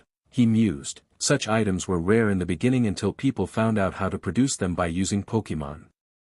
Nowadays it's usually the Pokémon gyms who are responsible for making the items for their own specific gyms typing. We're also the only ones licensed by the league to sell them. Take Pewter City for example, our gym specialized in rock types, so we produced and sold hard rock to any passing trainer who wanted one, he explained. They are first-generation Pokémon items, made by multiple Pokémon of the same type, creating the time and pouring their energy into it. Over time, as another Pokémon uses it to strengthen their attacks, they will absorb the energy from the item to make themselves more powerful, but those 5 scales you have there are different. They are second-generation Pokémon items. Mason listened. This all was new to him. He knew about held items, but the idea of a Pokémon absorbing the energy to become stronger themselves was all new to him. I guess this is just how it works in this world. Unique and interesting, I guess, he thought before arching an eyebrow at Brock's last statement. And what's the difference between them? He asked, interested in learning more. In a word, power, Brock stated realistically. The first-generation items are made reliant on multiple relatively strong Pokémon working together to pool their energies, while second-generation items are made reliant on only a single Pokémon's energy. So they're weaker then? Mason frowned, thinking he'd been ripped off by whichever member of the league had donated these scales to the item prizes. Brock chuckled and shook his head. Not in the slightest, he said before taking a moment to think to himself before giving Mason a sideways glance. I'm not really supposed to be talking about this. It's not something most trainers learn about until after they are recognized by the league as an ace-level trainer, he said a moment before going quiet to think again. What do you know about Pokémon classifications? He asked after a moment. What do you mean level-wise? Mason asked, not getting what Brock was getting at. Brock shook his head. Not exactly. The level system is just what newbie trainers use to gauge their Pokémon strengths, a scale of 1 to 100, he stated plainly. Don't you think that seems a little too small scale when compared to the world at large? Mason frowned as he tried to think before something clicked and his eyes widened. You're talking about a global leveling scale, classifications, like rankings. Brock smiled slightly and nodded. It would become clearer the longer you traveled, and most trainers put it together within their first 3 years of traveling. Well, those that stick with it anyway, he mused. There's the standard power levels for wild Pokémon and new trainers just starting off, levels 1 to 100, then there are the advanced Pokémon, after that you move on to ace level, then to elite, champion, and finally legendary classifications. The level range varies from group to group, but you get the general idea. Mason swallowed hard as he stared at Brock, as in less than half a second he had opened his eyes to just how massive the world of Pokémon was, and how drastic the power scale of the world was, and the classification for Pokémon to be able to make a second-generation item. He asked, not really sure if he wanted to know, but feeling compelled to ask. Elite or above, Brock stated plainly, and Mason felt his heart pound in his chest as he looked down at the scales again. So, I've been given what are essentially 5 second-generation Dragon Fangs, made by an elite tier or above Pokémon, Mason said plainly, trying to keep himself from screaming at the level of strength of the Pokémon these were made by. Brock nodded. Precisely, usually second-generation items are actually former parts of the Pokémon that made them, with their energy pooled in them for another of the same type to absorb over time, he explained. It's really quite the prize. I suspect even a single one of those scales would go for 2 or 3 million at auction, depending on just what Pokémon they came from and what their classification they are listed under. 10 to 15 million, he was holding items that would be sold at auction for millions. It really shouldn't faze him that much considering just how much cash he now had in his account, but it was still shocking. His shock must have been showing on his face because Brock chuckled. Don't worry too much, he said before clapping him on his back. No one but the two of us know you have them, he said as he reached over and closed the box, so you're fine, though I'd recommend you keep it that way, and not use them in public. Give one to Dratini at night when no one can watch you and have him absorb the energy from it as he sleeps. It would be safer than having him carry it in battle or while he trained. Mason nodded. Yeah, thanks. Do you know how long it will take for Dratini to go through each scale? Brock shrugged. It depends on the strength of the Pokémon who made it. First-generation items are usually drained in about a week from constant battling, so maybe give it 2 weeks, but I'm sure Dratini will let you know when he needs a new scale. He will be able to feel when all the energy is gone from the first. Mason nodded as he put the box of scales into his backpack. He would definitely have to look more into these second-generation items and the classification scaling at a later date. Things apparently weren't as straightforward as he originally thought. Now there's just one last thing to take care of, Mason mused as he held up the 2 Ultra Ball that held the newest additions to his roster. Drillbur and Tyrant, Brock mused as he looked at the ball that Mason held. Can't say I know a lot about either of them. I may be a rock-type specialist and know a fair bit about Pokémon due to my ambitions to be a breeder. I've never really had much cause to go looking into Pokémon from other regions, or historical Pokémon for that matter. Mason nodded. I know about the basics of them, mostly just from light reading in my spare time, he lied before shaking his head, and both of them are shiny Pokémon to boot. I have to say I really lucked out with that win. Brock chuckled. Just don't do it too often. Most respectable trainers don't use their Pokémon as bartering chips. Their Pokémon tend to lose trust in them quickly if they do. Mason frowned at that. Oh, don't worry, I don't intend to bet my Pokémon ever again. I wouldn't have had Dratini not indicated that he wanted to be bet like that. He had faith that we'd win, he said as he looked at the 2 Ultra Ball. First things first then, he said before pointing the 2 ball forward and letting his 2 newest Pokémon out into the world. Tyrant and Drillbur appeared in a burst of light and the pair looked around before finally turning to look at Mason. Mason smiled down at them. Hello, my name's Mason, your new trainer. Both Pokémon simply stared at him as he spoke and remained silent after. This action made Mason frown. This silence wasn't natural. Did that prick have them trained to act like this, to be seen only and not heard, he thought to himself before he got up from his seat and knelt down in front of them. I understand if you both feel conflicted about this situation. Your trainer wagered you both on a battle and lost. I can understand if you're feeling hurt by it, Mason spoke to them. Both softly, however I want you both to know that I don't ever intend to do that with either of you again. You're a part of my team now, and we look out for one another here. We're family, he promised them both as he placed a hand on both their heads hoping to get them to at least say something. They didn't. Mason frowned slightly but stood back up. I just wanted to let you both know that. I'll return but I'll let you both out again later on to eat when it's time, he told them, only to get singular nods in return before he reluctantly raised their ball and recalled them before sitting back down to stare at the ball. That is concerning, Brock stated firmly as he looked at Mason and the ball he was holding. Mason nodded. Yeah, not how I expect either of their species to act from what I've read. Do you think he could have done something to them? He asked, gripping the Ultra Ball a little tighter. Possibly, Brock said, sounding concerned. It would be best to have Professor Oak have a look at them both to get a second opinion. Mason nodded. I'll give it a couple of days and try to work with them on my own. After that if they still aren't opening up I'll send them to the professor, he said firmly. He had already sent Fearow, Squirtle and Growlithe back to the professor after his last match to let them rest up at the lab and to open up his party more. He had plans to recruit one more Pokémon on this voyage after all. Speaking of. Mason shook his head and stood up attaching the 2 Ultra Ball to his belt with his other Pokémon's ball. Alright, I suppose it's about time I went and started browsing the stalls and vendors to see what there is to buy. I'm a millionaire now, time to flex some cash. He grinned as he moved to sling his bag over his shoulders before lifting his new egg, secure in its incubator, and holding it in his arms. Brock chuckled as he stood up as well. Just don't be letting that money go to your head. Remember, we still have a long journey ahead of us. If you are going to spend a large amount of it, be sure to spend it wisely. Mason nodded. Don't worry, I don't intend to blow it all on cheap trinkets. What would that amount of stuff look like anyway, he wondered. Brock laughed. I don't even think there's that amount of merchandise on the ship for you to find out. Mason shrugged. Something to find out later for my bucket list then, he mused before turning to head off. He had a swindler to find and swindle out of his next Pokémon. Scene break. Walking through the hallway made up of various stalls and vendors, Mason couldn't make up his mind what to look at first. It was like there was a stall for everything: shirts, training items, custom Pokeballs. The list was endless. He must have spent at least a good hour going from stall to stall picking up various things that caught his eye. 2 sets of Pokeball capsules and 24 of every sticker the vendor had. Half a dozen apricorns from the Johto region, of each color, as well as 20 of each of the ball that were made from them.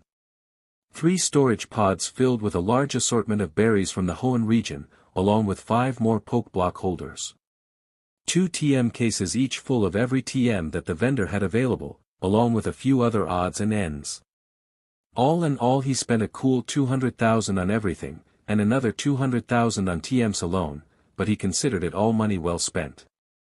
The entire time he was browsing, he was also keeping his eye out for items to help make his Pokémon stronger, but he was having no luck finding anything. Guess Brock was right. I guess only gyms sell the first generation items, and the second generation ones are even harder to come by. I'll have to plan ahead in the future and stock up on items for my team, Mason thought to himself before he came to a stop in front of a particular stall and grinned. Bingo. The stall wasn't anything flashy, just a plain wooden stall with a sign painted in red above it, but it was the large glass tank with a particular Pokémon inside it that caught his eye. Excuse me, how much for this Magikarp?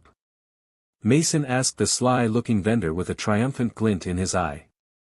10 minutes later, Mason was walking away from the stall, 500 Pokedollars lighter in his account, but with a new, non-gold, Pokeball on his belt with his newest teammate inside. As he walked away, he was idly thinking about how he should go about raising his new Magikarp to make sure it evolved into a loyal Gyarados, and decided that he needed to have a chat with their resident water Pokémon expert.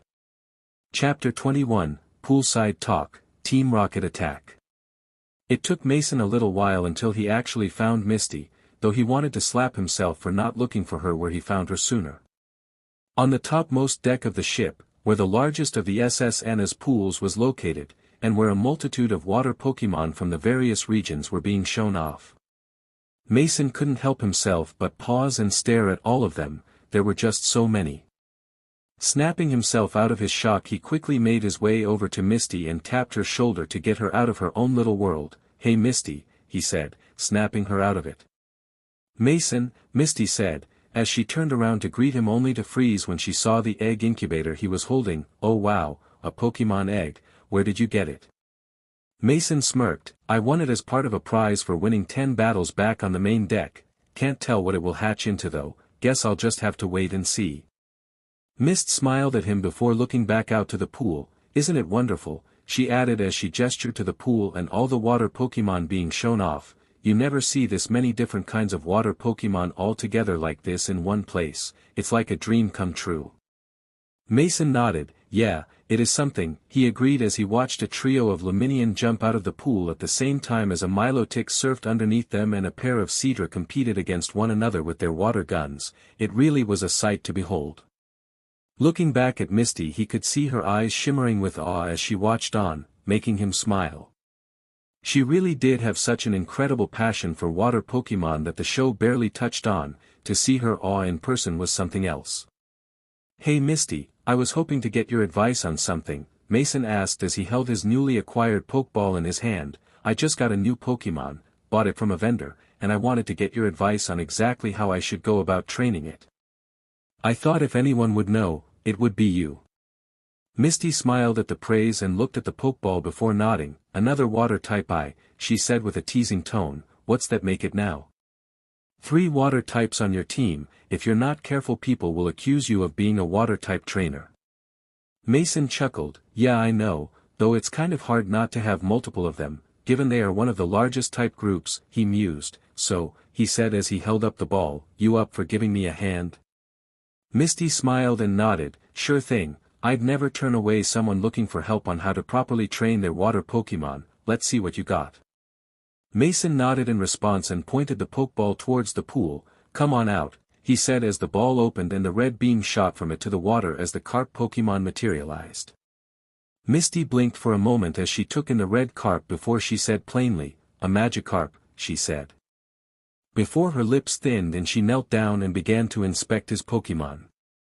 Mason watched as she began looking Magikarp over, inspecting every small part of the carp before nodding to herself, apparently being satisfied with what she saw before she stood up. Well, it wasn't what I was expecting, but at least he's healthy, Misty commented, her severe look fading to a smile as she looked at the water Pokemon. What were you expecting? Mason asked, curious as to why she had been all serious when she had first seen Magikarp. Misty sighed. Sorry, it's just Magikarp are one of the most found species in every region. They are extremely common, as such that also makes them one of the most easiest to exploit. Because of that fact, she explained, people have been known to catch large groups of Magikarp and keep them in captivity only to sell them off for mass profit, mostly to idiots who don't know anything about the species. But to make matters worse, they also mistreat them, keeping them in tanks too small for them, or feeding them only the bare minimum to keep their chance of evolution low. I was concerned that you might have stumbled across something like that with this one. Mason nodded in understanding. I see, but you didn't find anything wrong with him? Misty shook her head. No, he looks to be completely fine. His scales are a healthy shade, his weight looks to be on par if a little more than what his species need to be healthy, his eyes aren't bloodshot and his tail and fin have no nicks in them at all. All in all, he's in very good health, and from what I can tell particularly strong. Mason smiled as he heard that and knelt down to the pool side, still holding the incubator with one arm as he gently began to pet Magikarp's head. You hear that? Sounds like you're doing great, he praised the carp with a grin. My name's Mason, I'm your new trainer, and I'm going to make sure you keep doing great and become as strong as you can be, he told the carp, who pressed his head up into Mason's palm, happy with the praise. It was acting more like a puppy than a fish.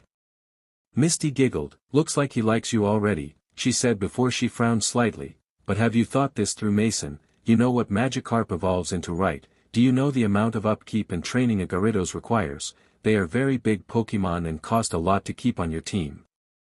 She voiced her concerns. I'm only comfortable taking my Gyarados with me because I'm still registered as one of the gym leaders in Cerulean City, and I can still access the gym's accounts to cover the cost to look after him. Mason smiled. If you had asked me that a couple hours ago, I would have said I wouldn't have dreamed of it, even with the royalties I'll be getting in the future from my TMs, but let's just say my money problems are sorted for the foreseeable future, he grinned as he kept stroking Magikarp in the water. Misty smiled and nodded. I see, well, at least you seem to have thought about it, she said as she knelt down next to him. So what do you need my help with? Well, I wanted to ask you for anything you could tell me about properly caring for him. I know that it's important to do so in order to build a good relationship for when he evolves, Mason explained. The last thing I want is for him to evolve and for him to be angry with me. Misty nodded. Yeah, that would be bad, she mused, but I don't think that's likely. Magikarp as a whole are a relatively easy to please species. They like to be fed and tended to, and you seem to be doing a good job of that second one now, she said before shivering slightly. Believe it or not, I actually used to be afraid of Gyarados. Mason looked at her and arched an eyebrow. He recalled something about that from the anime, from the spin-off side series, finding it odd that she said she used to be. Yeah, it was a bit odd that she could use Gyarados against me and not be afraid of it, he thought before asking, what happened? Misty shook her head. I was young, and even back then I loved water Pokemon, she smiled. I was playing next to the pool one day, and my dad's Gyarados surfaced, the water splashed out and the backwash pulled me into the pool. I hadn't learned how to swim properly yet, she explained. I was sinking and all I could see was his massive body, his red eyes and sharp fangs, scary for any little girl, she said, closing her eyes as she remembered the incident. Mason remained quiet as he listened to her talk about it. Yeah, that would be scary as hell, getting swapped into a pool with what was essentially a sea monster 100 times your size as a kid, it would give anyone nightmares. Coming back to herself, Misty shook her head, but he wasn't trying to hurt me. He swept me up with his tail and lifted me to the surface where my dad had quickly came to get me. I was so hysterical I cried for a full hour, after having almost drowning, and I thought I was also almost eaten, she explained. I stayed away from the pool for a solid month after that, refusing to even enter the room, until my dad carried me in and began instructing me how to swim, though I was still afraid of his Gyarados, though that fear didn't last as soon as my dad realized it and helped me get over that as well. His words still ring true in my ears even now. No Pokémon is truly dangerous, they are just like us, weapons in the wrong hands but allies and friends for life in the right ones, and it's up to us to decide on which they will be by training them right. It still took me some time after that to get over my fear, but after spending so much time with him, the two of us are good friends now, and I can't imagine being as afraid of him as I once was, she explained. Mason nodded understanding. It seemed that some things about her past were slightly different than what the canon storyline told him. She wasn't as two-dimensional as he had thought. Well, I'm not afraid per se, Mason said as he stroked Magikarp's head. It would be more apt to say I have a healthy respect for his evolution, especially after seeing your Gyarados in action, he said, remembering his battle. Misty smiled. Yeah, I wish you could have seen him in his prime. He was one of my dad's strongest Pokémon, she mused, smiling. Mason blinked at that. Wait, you mean Gyarados wasn't fighting at his full strength? He asked, confused, but then it started to make sense to him. Dratini was strong, sure, most dragon types are, but if Gyarados was trained personally by Misty's father, then surely it should have been strong enough to beat even a young dragon type. Misty gave a sad smile at his question. Yeah, it's been a couple years since my dad died, and neither my sisters or I can train him like he was able to do. On top of that, none of us are as skilled in battle as he was. So as a result, the gym isn't making as much money as it was, and that means we have to cut back on various things like the specialized Pokémon food and other essential things that help to keep our Pokémon strength up besides training. As a result, Gyarados has lost a lot of his former strength that he once had. That made sense to Mason. Pokémon were just like humans. If they didn't constantly train and improve, they would stagnate, and if they didn't train like they used to, eventually their strength would deteriorate. Now Mason wasn't feeling as good as he once had about getting even a draw against the massive sea serpent Pokémon. If anything, it made his second badge feel cheaper for having it. But it also brought up other questions in his mind, like just what kind of food Gyarados eat to get that strong and what other items were used. Both would be something he'd have to learn if he wanted to raise his Gyarados to be of the same caliber. He made a mental note to ask that later. Well, can I count on you to help me out when the time comes that this little guy does evolve? Mason asked. Even if you can't train Gyarados like your dad, anything you can teach me would be a huge help. Misty smiled and nodded as she squatted down next to him. Sure, and we can start right now. Here, let me show you something, she said as she reached down to pet Magikarp as well, but only on his side, and began to really press her fingers against his scales as if massaging them. The result was Magikarp was practically melting under her touch. Wow, Mason said, blinking, seeing the sudden change.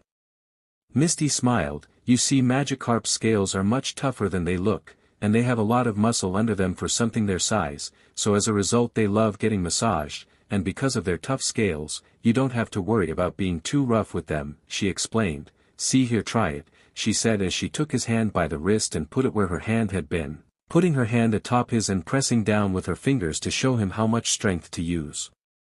Mason nodded and let her do so, noting how much strength she was using, but also noting just how soft her hand felt atop his, warm too, and smooth. He smiled and gave her a look from the side of his eyes. I can see why he likes it so much. Your hand feels nice, he commented plainly. Misty blinked at the comment, before she realized just what she was doing as her cheeks went red with a blush and she suddenly snapped her hand back and began stuttering. She said, at a loss for words and unable to meet his eyes. Mason chuckled softly and decided to throw her a lifeline. It's okay, Misty, you were just showing me, and it's not as if I was fighting you. I want to learn. Misty's blush softened somewhat and she nodded. Okay, she said before putting her hand back on his, her blush deepening somewhat when she did. but she kept a straight face as she went on to explain further and show him more about how to properly massage Magikarp's scales and other important things. Needless to say, Magikarp was enjoying all of the attention he was getting.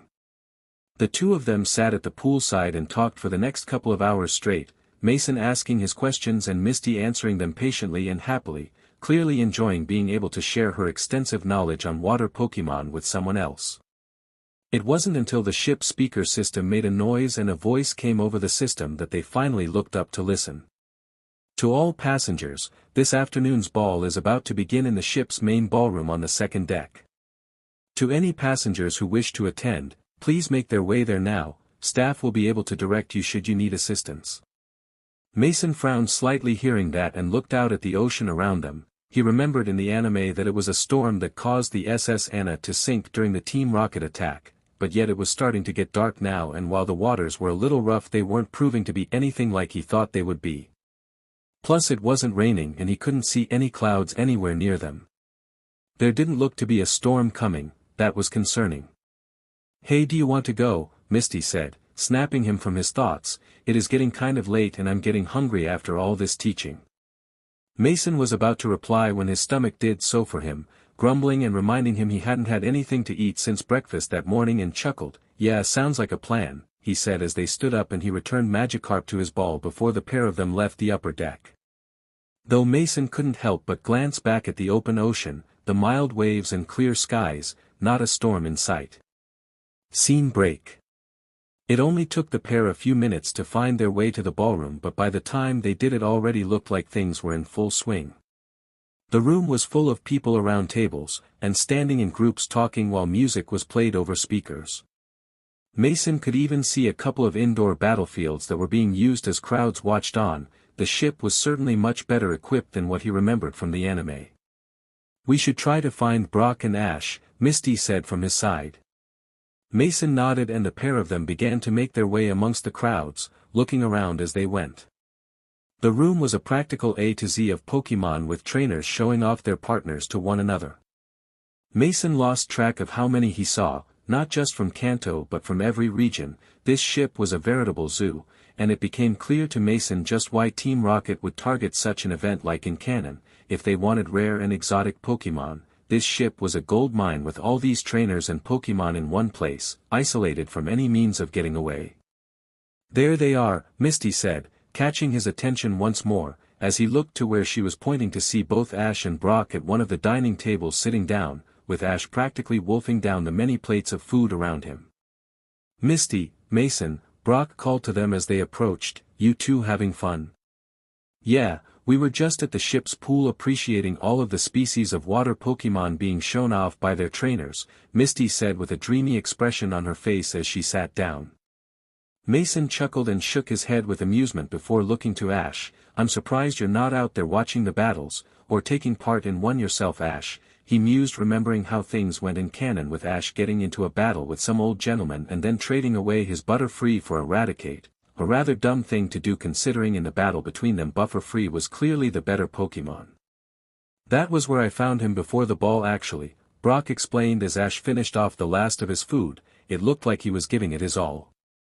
"Well, yeah, I wasn't about to pass up any good chance to battle like that," Ash grinned. "All that battling worked up a real hunger." "Well, that's nothing new," Misty mused, rolling her eyes. Ash snorted before shaking his head. "I think I won about 7 battles, made for some good experience and made some good winnings too. One guy even offered to trade me his Raticate for my Butterfree, but I turned him down." That immediately got Mason's attention. "Really?" he asked, putting his full attention on Ash. "That was not canon." "Yeah," Ash nodded. "Don't get me wrong, his Raticate was strong, but with all the work Butterfree and the others have been putting in training, I don't want to go trading him away. I want to stick with him. I know he's getting stronger day by day and it would feel cheap to trade him for another Pokémon. Same with any of my team," he explained. "I'm sure a lot of trainers think the same," Brock mused. "While some people like trading their Pokémon constantly, I know just as many who would never want to trade a single member of their teams away even for a second." But Mason wasn't paying attention. His mind was 100 miles away as he ran over what Ash has said before. Because of the training Ash didn't want to trade Butterfree, the training that he pushed him into. Mason began to think about the ramifications of that, without Ash. Making the mistake of trading, there would be no reason for Ash and the group to not get to the lifeboats in time to get off the ship when it sank, if it sank. Mason remembered not seeing even one storm cloud ahead of them, so it was now up in the air if the SS Anna would even sink this time. He didn't know how his presence could have affected the weather at all, but all he could do for now was to play things by ear and go with whatever events he hoped would continue to happen from canon. As if on cue, the doors of the ballroom slammed shut loudly and the lights of the room went off, making some people cry out in shock. Mason felt a bit better knowing it was coming and stood up from his seat at the table. "What's going on? Why'd the lights go out?" Misty said worriedly as she stood up too, followed by Brock and Ash.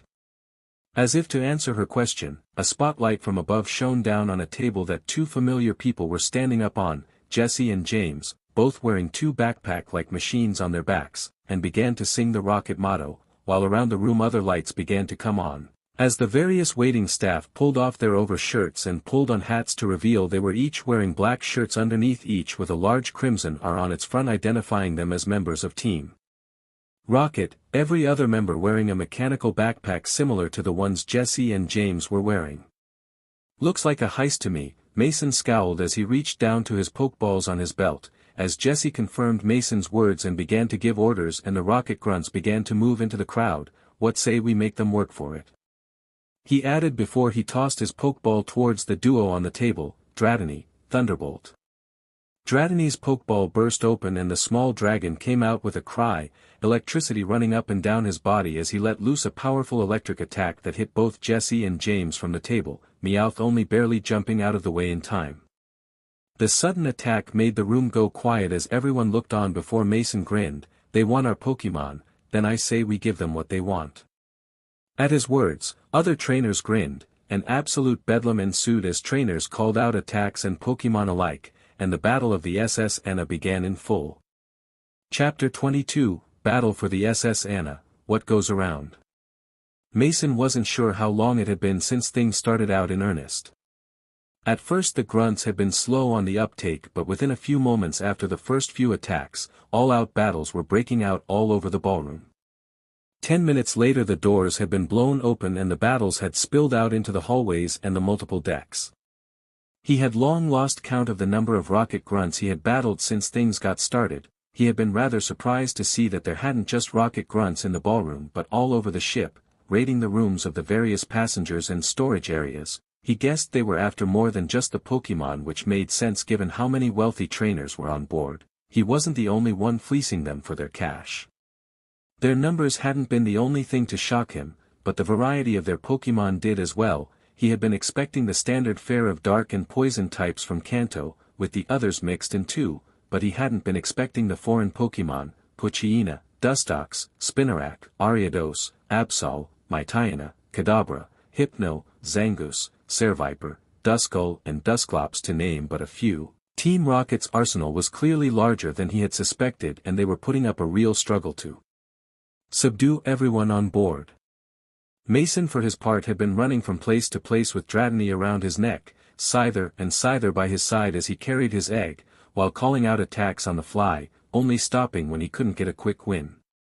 There were so many grunts that if he stopped for too long and put up any real offense then they would start ganging up on him. He had long since lost the others a couple of decks back when they had split up to cover more ground. Busting through another set of doors, Mason found himself out on the walkway around the side of the ship that he had been at earlier. Stalls had been tipped over, their contents ransacked, and their owners long gone. Looking out over the sea, Mason could see the water was getting rough but the skies were still clear, no sign of any storm still. Just what the hell is going on, Mason thought to himself before movement in the corner of his vision caught his eye and he threw himself to the side narrowly avoiding a large mass of purplish goop that was coming his way. The goop hit the steel railing he had been near and let out a hiss immediately melting it into nothing, telling him just what it had been, acid. Turning in the direction the attack had come from, Mason immediately scowled when he saw two familiar rocket grunts sneering at him, and next to them two strong-looking Pokémon, a Weezing on the left and a Houndoom on the right. "Looky, remember us you little punk," Grunt one growled. And he did. It was the two grunts that he had faced back in Cerulean, at the Nugget Bridge. Guess they didn't get picked up by the police like I had thought, he sighed in his mind. It's payback time, you brat, Grunt 2 grinned, you caused us a lot of grief, time to pay up. Came back for a repeat of what happened last time, Mason taunted them, though he glanced at their Pokémon and frowned, where'd you steal these two from? You're gonna pay for the grief we got over that punk, Grunt 1 snapped, we're gonna take it out of your hide. Our boss was set at us for what happened, but he was even more set off about a punk like you doing it, Grunt 2 chuckled, these are his Pokémon, and he gave us specific orders, no one makes a fool out of those in his division you see, so as punishment we're gonna use them to beat the CRP out of you and your Pokémon and then take them to replace our own in order to redeem ourselves. Well, that explains things, no way these two clowns could train up two Pokémon like these since I last saw them, but even if they are stronger, they aren't exactly geniuses when it comes to battling, Mason thought to himself as he clutched his egg container tighter to his chest, big words, but can you back it up, Scyther Vacuum Wave, Dratini Dragon Rage, he ordered.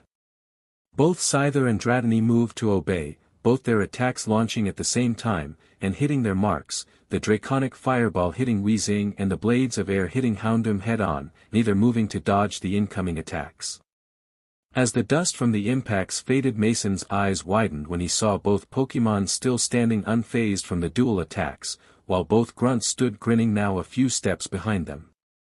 You think you stand a chance, that's cute, these are our boss's Pokémon, not only are there no Pokeballs for you to smash this time, but our boss is a rocket executive, means he can afford the best of the best for his Pokémon, even if these aren't his top battlers they are leagues better than anything some snot-nosed brat like you can have, Grunt 1 grinned sadistically, your little attacks won't even be able to phase them. That made a cold sweat trickle down Mason's neck, he remembered Brock's explanation earlier about how Pokémon were classified and realized then that was exactly what he was facing, Pokémon whose strength was classified well above the regular classification of levels 1 to 100, this wasn't good. Not feeling so hot now are you brat, Grunt 2 chuckled, payback time, Weezing, Thunderbolt that punk. Mason's eyes widened as the Weezing moved, its large floating form sparking with huge bolts of electricity as it let out a charge right at him, far faster than he had seen anything before. But before the attack could hit, Mason saw something small blur into the path of the lightning bolt and realized only a second later when he heard the cry just what it was, Dratini had used agility to put himself in the path of the attack that was aimed at him. Dratini! Mason yelled as the attack stopped and Dratini dropped to the ground and he rushed over to his partner's twitching form worried, he could see sparks of electricity still coming off his form but he didn't care and lifted him worry taking over as Scyther moved putting itself between them and the rocket grunts who were laughing at the sight. Ha, stupid thing, thought it could take the attack, what a moron, Grunt 2 laughed. And look at that oversized bug, thinking it can stand up to us now, what a joke, Grunt 1 grinned, Houndoom, roast that thing, flamethrower. Hearing the command Mason looked up his eyes wide as he saw Houndoom move to obey as flames gathered in its maw ready to unleash them as Scyther crossed his bladed ready to take the attack that came the next second as a pillar of flames was released from the hound's maw towards them, scorching the deck as it came. Mason could feel the heat like it was the sun itself bearing down on him as his breath caught in his throat, sheet, was all he could think as he curled around Dratini putting his back to the flames and Scyther, both of them wanting to shield the small injured dragon. But the flames never came as they were met halfway by an equally powerful stream of water, and a cry of, Milotic, hydro pump. The two opposing elements met and the walkway was immediately engulfed in steam.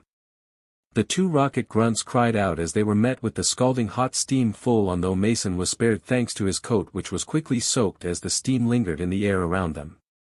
What the hell? Grunt 1 yelled through the steam. Who's there, show yourself. Grunt 2 snapped. Well, what do we have here, the voice replied as two figures appeared in the mist from further down the walkway, you rockets really are ballsy to attack a league-sanctioned event like this. Mason looked in the direction of the voice as the mist began to fall away and began to pick out parts of their appearance. He was a tall man with black hair wearing a blue overcoat, his hair cut short though highlighted with a silver fringe that was spiked up at the front. He also had a thin mustache and a small goatee, and beside him was an elegant Milotic, its body long and slender, executing both grace and power. Mason recognized the trainer immediately, John, the gym leader from Satopolis City in the Hoenn region. What the hell is he doing here? Mason thought for a second but then completely forgot about it. He couldn't really care at the moment and was just grateful that he had some backup, because clearly he was out of his debts at the moment.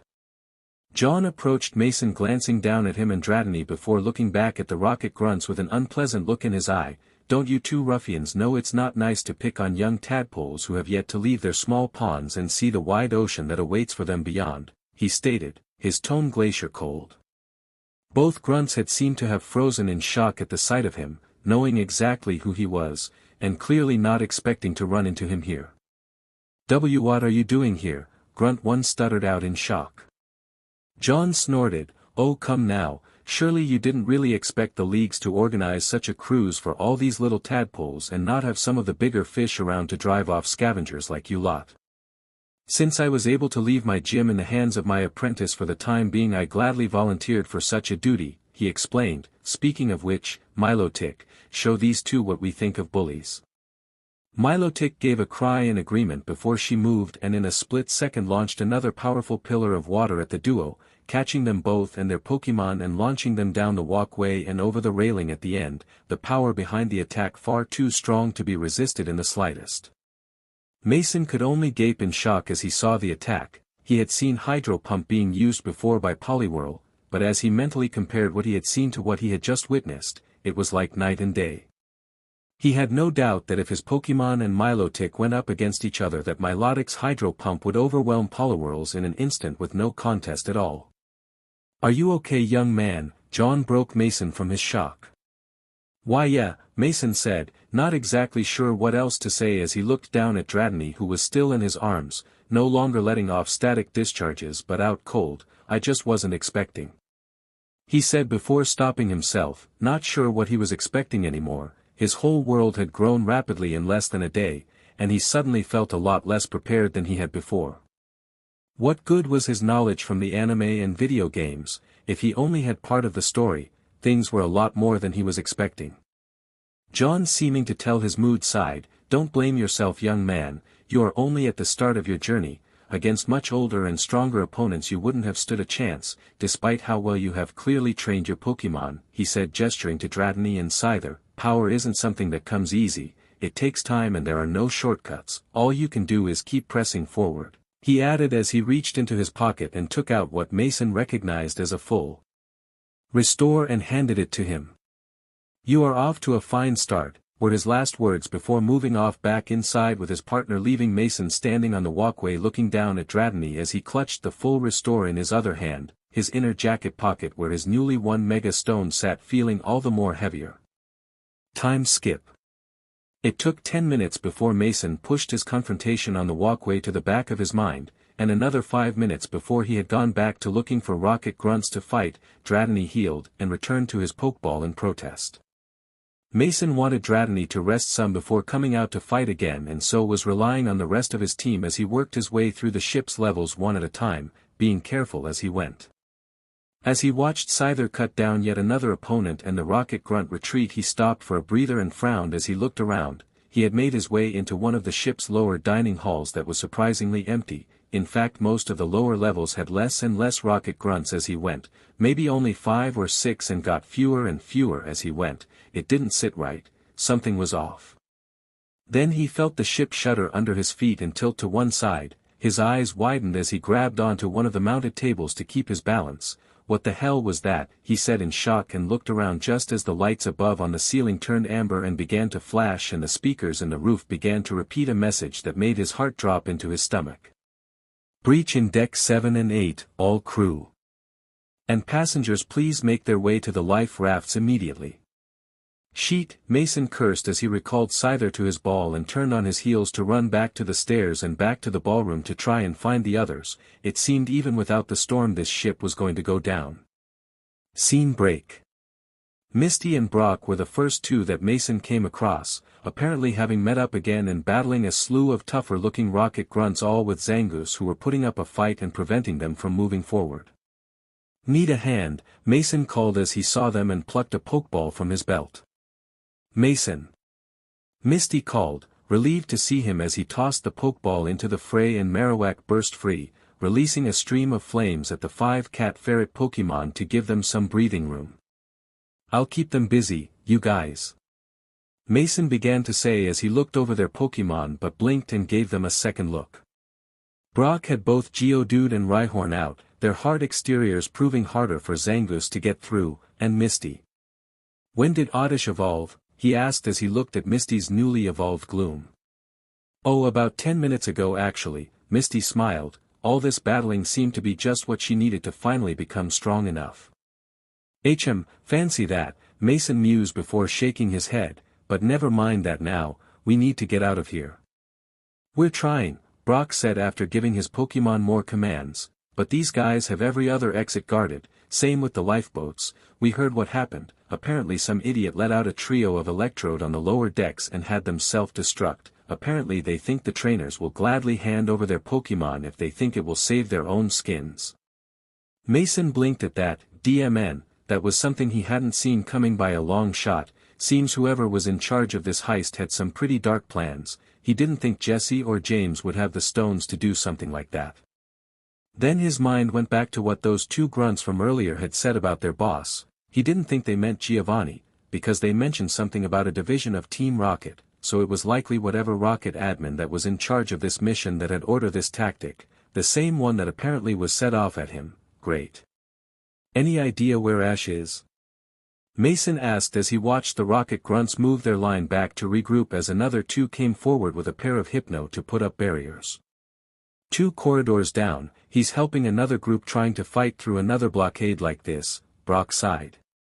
"You should go help them, we can handle ourselves," Misty told him as she called out her Staryu and Starmie and began to attack the barriers with twin water cannons.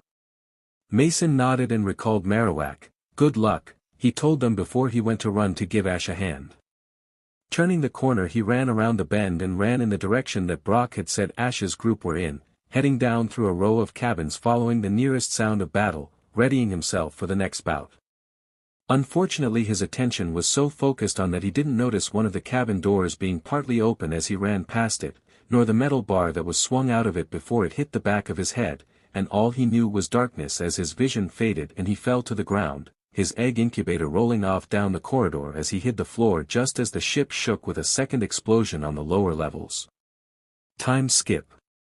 Misty sighed with relief as she and Brock finally managed to beat the final group of Rocket grunts back. 20 minutes or so after Mason had gone to help Ash, she was exhausted and sore from having hit a few walls dodging attacks at them from the Rocket grunts trying to take cheap shots, but they were finally in sight of the lifeboats that had already been cleared of rockets by another group of trainers. "Misty, Brock," Ash called as he came up behind them. Misty turned, expecting to see him and Mason, but frowned when she only saw Ash, who was carrying Mason's egg incubator in his arms. "Have you seen Mason?" Ash asked, concern in his voice. "He just left 20 minutes ago, we thought he went to help you and your lot get through your blockade," Brock said, concerned as well. "We broke through a few minutes ago, and I decided to come back here to see how you guys were doing. I found this along the way," Ash explained. "That's not good," Brock said with a frown. "There's no way Mason would have left it willingly, something must have happened to him," Misty said with worry. "We need to find him," Brock stated, and the other 2 nodded as they ran back into the ship to begin looking for their friend. Chapter 23, Taking a Loss, Down with the Ship.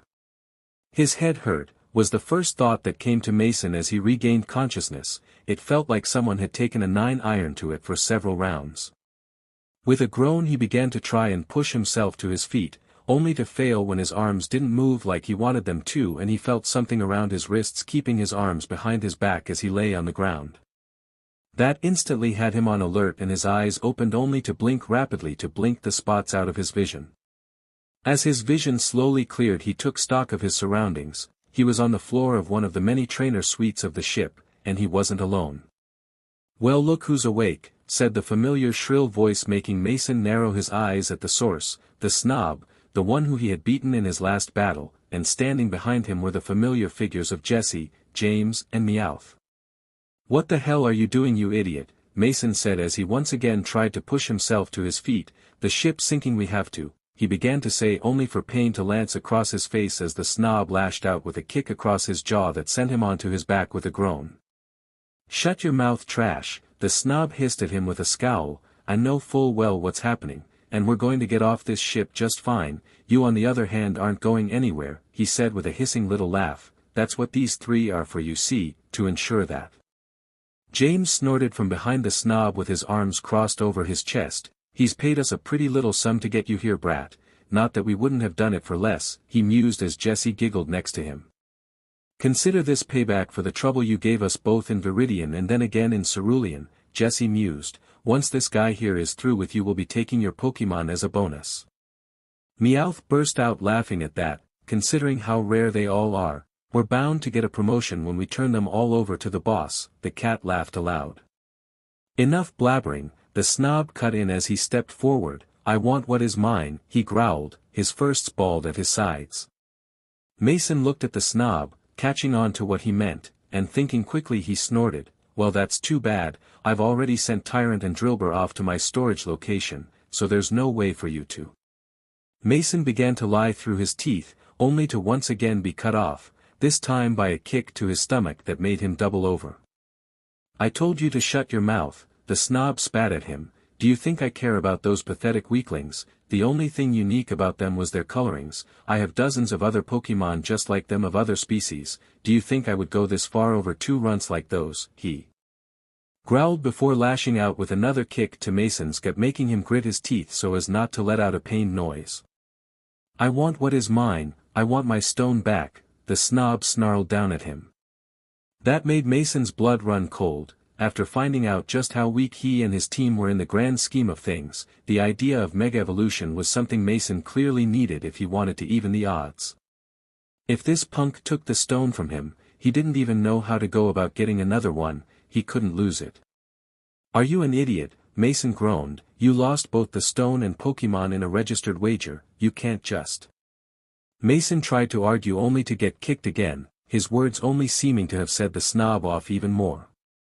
"I don't care, just give it back," the snob startled. "Give it to me, kick, give it to me, kick, give, kick, it, kick, to, kick, me. Kick." Mason took each kick as best that he could, seeing as he could do nothing, with his arms bound behind his back, his fists clenched as the snob drove his foot into him again and again as he bit down to keep from letting out any sound, not wanting to give this sheet the satisfaction of hearing his pain.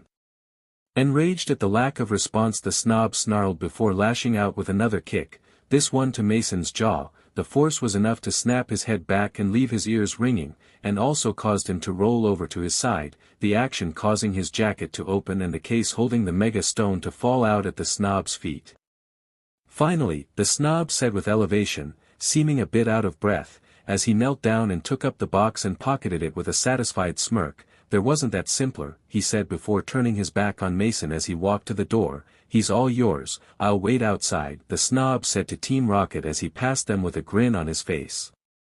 James nodded to him as he went to Mason's curled-up form. "SCKS to be you." He mused as he went to start taking Mason's Pokeballs from his belt, only to freeze after taking the first one when the 4 of them heard the sound of something breaking outside the door the snob had just left through, followed by the screech of metal being bent. Jessie immediately went to try the door only to shriek when the handle came away with her hand. The door handle broke. "Then just bust it down," Meowth said as he threw himself at the door to tackle it, but the door didn't even budge. "And it's blocked from the outside," Jessie said, realizing what was happening. "We've been double-crossed." "But that's our shtick," James said as he stood up again, not liking what was happening, and that was when Mason struck. With his hands still bound, Mason twisted himself on the ground and lashed out at the backs of James' knees with his feet, making the tall blue-haired man cry out as he suddenly went down, Mason's Pokeball falling out of his hand as he did so. Mason, having seen which Pokeball James had taken, knew just who was inside it and called out, "Scyther, Scissor now." The second the Pokeball hit the ground it burst open and Scyther appeared in a burst of light, having heard the command and was already moving, his bladed arms glowing a sickly green before it lashed out with both arms, sending his attack at the first thing he saw. Jessie gave another shriek as she threw herself out of the way of the attack that collided with the door behind her, the door being shredded by the attack and blowing open on impact. "Damn it," James cursed as he lunged for the pokeball again, hoping to recall Scyther before things went sideways, only to come up short when Scyther turned on him and blocked his path with one of his bladed arms while shooting him a glare daring him to try again. "Screw this, I'm outta here," Meowth said and ran out the now open door, not intending to stick around, Jessie following after on her hands and knees, with James doing the same, clearly not wanting to continue now that their opponent could fight back. Mason sighed seeing that he and Scyther were now alone in the room, let himself fall onto his side once more wincing at the pain in his gut where he had taken the most of the snob's kicks. "SCY, Scyther said as he came to Mason's side to check on his trainer. "I'm okay buddy, just a little beat up," Mason said to reassure him as he tried to get his breath back after such a shitty time. Scyther nodded before noticing his restraints and with a quick slice of his bladed arms cut through them freeing him. "Thanks buddy," Mason said as he rolled onto his back, his arms immediately going to his front to try and rub his tender stomach as he slowly began to force himself to his feet only to stumble slightly when he found his balance was slightly off as his head was still spinning. "Damn it," Mason cursed as he only just barely kept himself from going face first into the ground. His first instinct was to get up and go hunting for that snob and get his mega stone back, but with his head ringing like this he knew he was in no condition to do so, he could barely stand up. Plus there was the fact that the ship was sinking, he needed to figure out just how bad things were and then get the hell out of this tub before things went from bad to worse. "Help me up," Mason told Scyther who nodded and carefully began to help Mason to his feet as he began to hobble out of the room using Scyther as a support, making sure to grab Scyther's pokeball as they left. It was slow going but they made it out into the hallway and Mason took a look back at the door and frowned. Some of the piping on the ship's walls had been bent from the wall towards the door and Mason realized just what the snob had done, using it to keep the door from being opened from the inside. "BSTRD, if I ever see him again I'm going to make him pay," Mason thought to himself, realizing just what the snob had intended, planning to lock the four of them in the room while the ship sank and he made his getaway. "Maybe we can still catch him," Mason thought as he and Scyther made their way down the hall towards one of the staircases up to one of the higher decks, only to stumble as the ship began to lurch sideways. "OF-, Mason cursed as he and Scyther hit the opposite wall and the lights above began to flicker. "This tub's going down and fast," he said as he and Scyther began to push their way along the wall towards the stairs again. "Mason." A voice called from the upper levels making Mason look up to see Ash, Misty, and Brock hanging onto the railing of the stairs.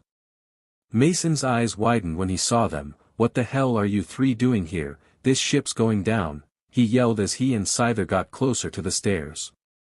"We know that's why we came to find you," Misty said as they made their way around and down to him. "What happened to you?" Brock asked as he saw him using Scyther for support.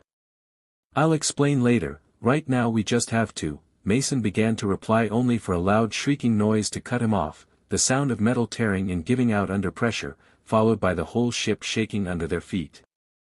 "What was that?" Ash said in fear before they heard it. "Water, thousands of gallons of it rushing into open space." Mason only had a second to look over his shoulder back down the corridor that he had come from, to see a wall of water rushing at them from somewhere beyond. "Sheet!" was all Mason could get out before the water slammed into the five of them. Mason being caught by it first was lifted right off his feet and driven into the ceiling. The last thing he saw was that of one of the large overhead ceiling pipes coming at him before his vision once again went dark. Time skip. If the first time he came around felt like he had been hit over the head with a 9-iron, the second time felt like he had been hit by a truck. His head throbbed, his entire body was aching, and his lungs burned as he pushed himself over to his side and began to cough and wheeze, splitting hard as he expelled the water from his lungs as Brock knelt behind him patting his back to try to help him get the water up. "Easy Mason, easy," Brock told him with a concerned voice as he began to get his breath back. "You're in a bad way." "No sheet," Mason said as he turned and let himself fall on his back again breathing hard clenching his eyes shut from the pain in his skull. He felt like sheet. "Can you move?" Brock asked concerned and Mason nodded in response. Yeah, Mason said before frowning. Any idea how long I was out? He asked, his stomach dropping as he realized that the worst had probably happened and they were now in the one situation that he didn't want to be in. About half an hour if I had to guess, Brock said as he stood up. The water hit us and I woke up here with you, no idea where the others are. Mason nodded, wincing slightly at the pain from doing so but slowly managed to get up onto his feet. The sight that greeted him confirmed just what he feared. Everything was upside down, the ceiling was the floor and the floor was the ceiling. Well shit, either I got hit on the head one too many times or everything is really upside down, Mason said as he used the wall for support. Brock shook his head. No, you did get hit in the head, but that's not the cause of this, he said grimly. I'd guess the damage more to one side of the ship and the water flooding in caused the ship to tilt completely. Just look out there, he said gesturing to one of the porthole windows.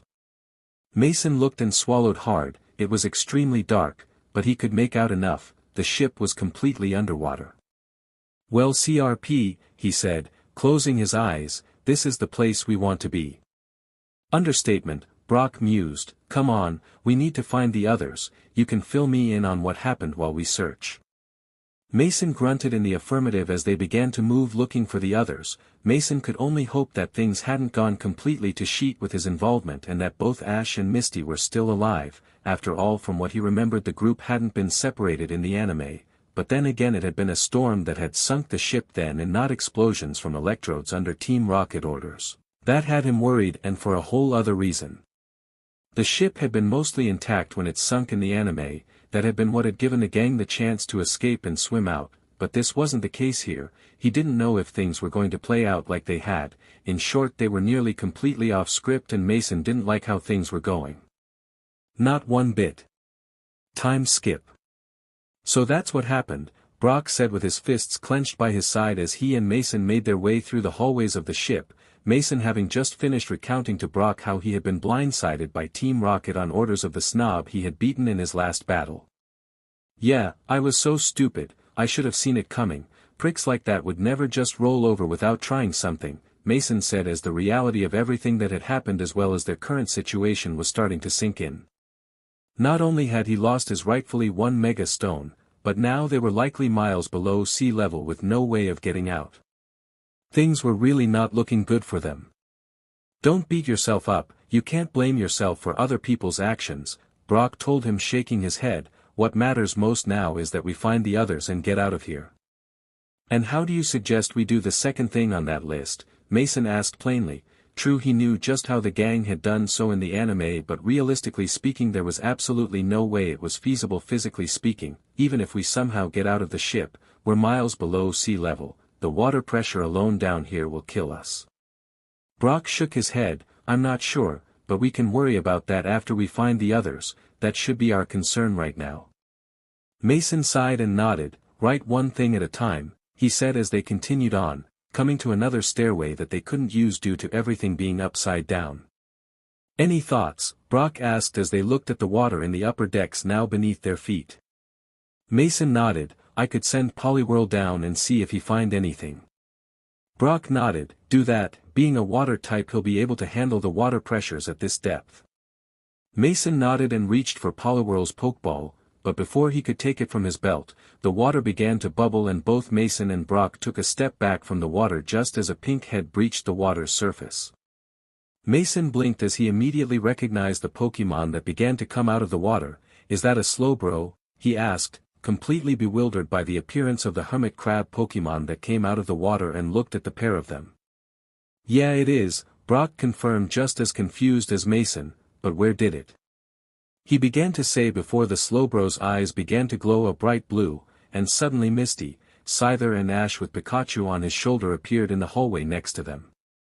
Mason jumped at their sudden appearance. Whoa, what the hell, he said seeing them appear, where did you guys?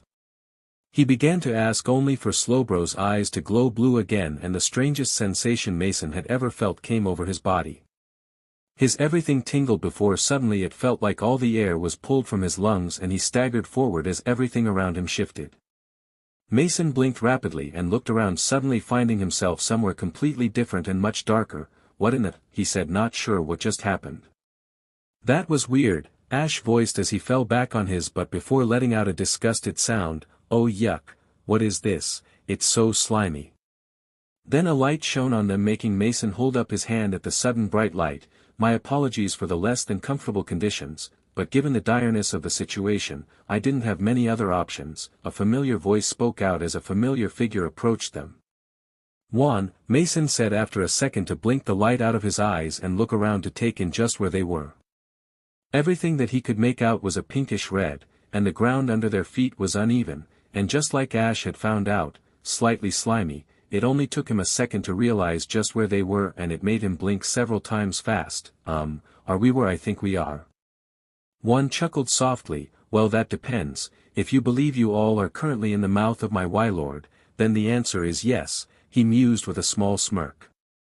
Just then in another flash the figures of James, Jesse, and Meowth appeared several feet from them, all unconscious, along with the same Slowbro that they had seen before.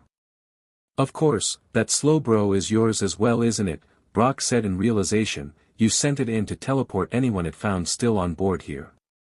One nodded. "Indeed, when it came to light after checking things over that not everyone was able to get off the ship in time, I immediately went down with my Pokémon to start search and rescue," he explained. "You're the third and last batch that I've recovered. The others have already been taken back to the surface," he explained before looking to Slowbro. "They are the last, right?" he asked. Slowbro gave a slow nod in response, making Mason frown. "Wait, there should have been another, a boy about our age, shoulder-length blonde hair, dressed in silk," Mason voiced, wanting clarification. John frowned at that before taking out a palm-sized screen from his pocket and after tapping it a few times handed it to Mason. "Are any of these him?" he asked. Mason took the device and began to scroll through it. It had trainer IDs displayed with pictures and names, and it didn't take Mason long to find who he was looking for. "This is him," he said as he handed the device back to John. "Michael Foley." Now he had a name to go with the face of the BSTRD himself. Taking the device back, one tapped it a few more times before nodding. "You have nothing to worry about then," he stated before showing him the screen again. "According to the records, the young man had a Kadabra on his person, and as Slowbro here cannot sense anyone else on board the ship, it is likely he teleported off the ship and back to land," he said before with another tap nodded. "Yes, here he is. He reported his arrival back in the Kalos region just more than half an hour ago." That made Mason clench his fists. Then it meant that there had never been a chance for him to even try to get the Mega Stone back. The BSTRD had teleported right back to Kalos as soon as he believed that he was trapped, and he was now completely out of his reach for the time being. DMN it. Chapter 24, Coming to Terms, Prepping for the Future. Mason lay on his bed staring up at the ceiling of his room in the Pokémon Center, a look of frustration on his face. It had been 3 hours since John had dropped him, Misty, Ash and Brock off at the nearest landfall to where the SSN had gone down. It had taken them 2 hours to get there, so it was early morning when they had arrived and had gotten rooms. And since laying down, Mason couldn't get the events from the SSN and his talk with John on the way there out of his head. After finding out that Michael, the snob, had returned to Kalos via teleportation, he had of course reported both the assault and theft of his stone to John, with Brock backing up his words, telling him how the little BSTRD had gotten Jesse and James to help knock him out and drag him off, being bound and being kicked by the scumbag until he'd gotten what he wanted. John had of course been outraged to hear what had happened and assured him that he would file a report on both the assault and the theft with the League, but he had also mentioned that he shouldn't hold out hope of seeing anything come of it. Flashback. What? Mason asked in shock, his eyes wide as he looked at John as they stood within the mouth of his Wylord. "But why not?" he said as he clenched his fists at his side. John sighed. "As much as what he did was criminal, the young Mr. Foley is a Kalos national, and his father holds a lot of pull there. As Kalos is not a signed region of the League Alliance, they do not fall under the same charter. And given the considerable pull his father has, it's unlikely that they will do anything about such claims." Mason clenched his fists harder as he put together the pieces. The League Alliance was still in its early years at this point in time, currently only Kanto, Johto, Hoenn and Sinnoh were signed to the alliance, which had only started gaining traction a few years before, when Lance had become the joint champion of both Kanto and Johto and had partnered together with Stephen Stone to unite the three regions. Sinnoh had only joined up a few months prior to his arrival in this world, and things were still settling. Given that Kalos wasn't a part of the alliance, and because the snob's daddy would protect him, there was jack shit they would do about it. Flashback end. Of course Mason hadn't mentioned to John, or the others, just what the stone was. He knew that Mega Evolution was something that wasn't discovered in either the anime or manga for a few years at least. He didn't want to have to explain how he knew about it or anything like that, so he had let the matter drop, though his stomach had been turning ever since. As soon as John had dropped them off, he had apologized for not being able to take them to the mainland, but needed to see Jesse, James, and Meowth into custody as quickly as possible, and after ensuring that there would be a ferry arrival to the island soon, he had teleported away with his Slowbro, taking the trio of rockets with him. Mason had secluded himself in his room since then, getting himself his own room, requesting peace from the others for their stay. They likely thought he was still sour about losing his stone, but really that was only part of it. It was what losing it meant in the long term for him that had him concerned. After his talk with Brock on the SSN, and how his eyes had been opened wide to how big the gap truly was between him and the powers of this world, he had seen the stone as his first step to perhaps filling that gap, to being able to face those powers on equal footing. Losing it like he had, so soon after getting it, had felt like being punched in the gut, especially now knowing it was extremely unlikely that he would get it back. He'd been riding a high with how things had been going for him, winning 3 badges, raking in the cash from those battles, catching so many Pokémon and coming out on top with everything he did. To find out he was even smaller than he had thought he was on a global scale, and have his chance to change that right in his hand only to have it snatched away, it had left him shaken. It had all been a major wake-up call for him, facing those 2 rocket punks with Pokémon much stronger than his, seeing the difference in power they and then Juan's Pokémon had compared to his. It made him realize that he couldn't joke around like he had been doing. He needed to be more active, he needed to change things up. He had been reluctant to do so in the past, things like taking advantage of his knowledge to make himself stronger because he feared what doing such would mean for the world. Ash, for as much as he was an idiot at times, had critical roles to play in the future, and he was reluctant to steal any of his party members before they became his so that he didn't weaken him and cause him to fail when it mattered the most.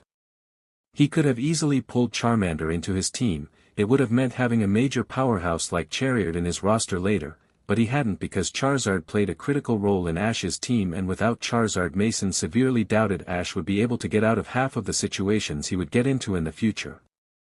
But now things would change. While he decided he still would steer clear of stealing future Pokémon from Ash or the others, he would do his damnedest to get others into his team if the opportunity raised its head. He would need them. But that itself might prove to be a problem, he realized as he sat up in his bed, thinking back over the events that had led up to him being there.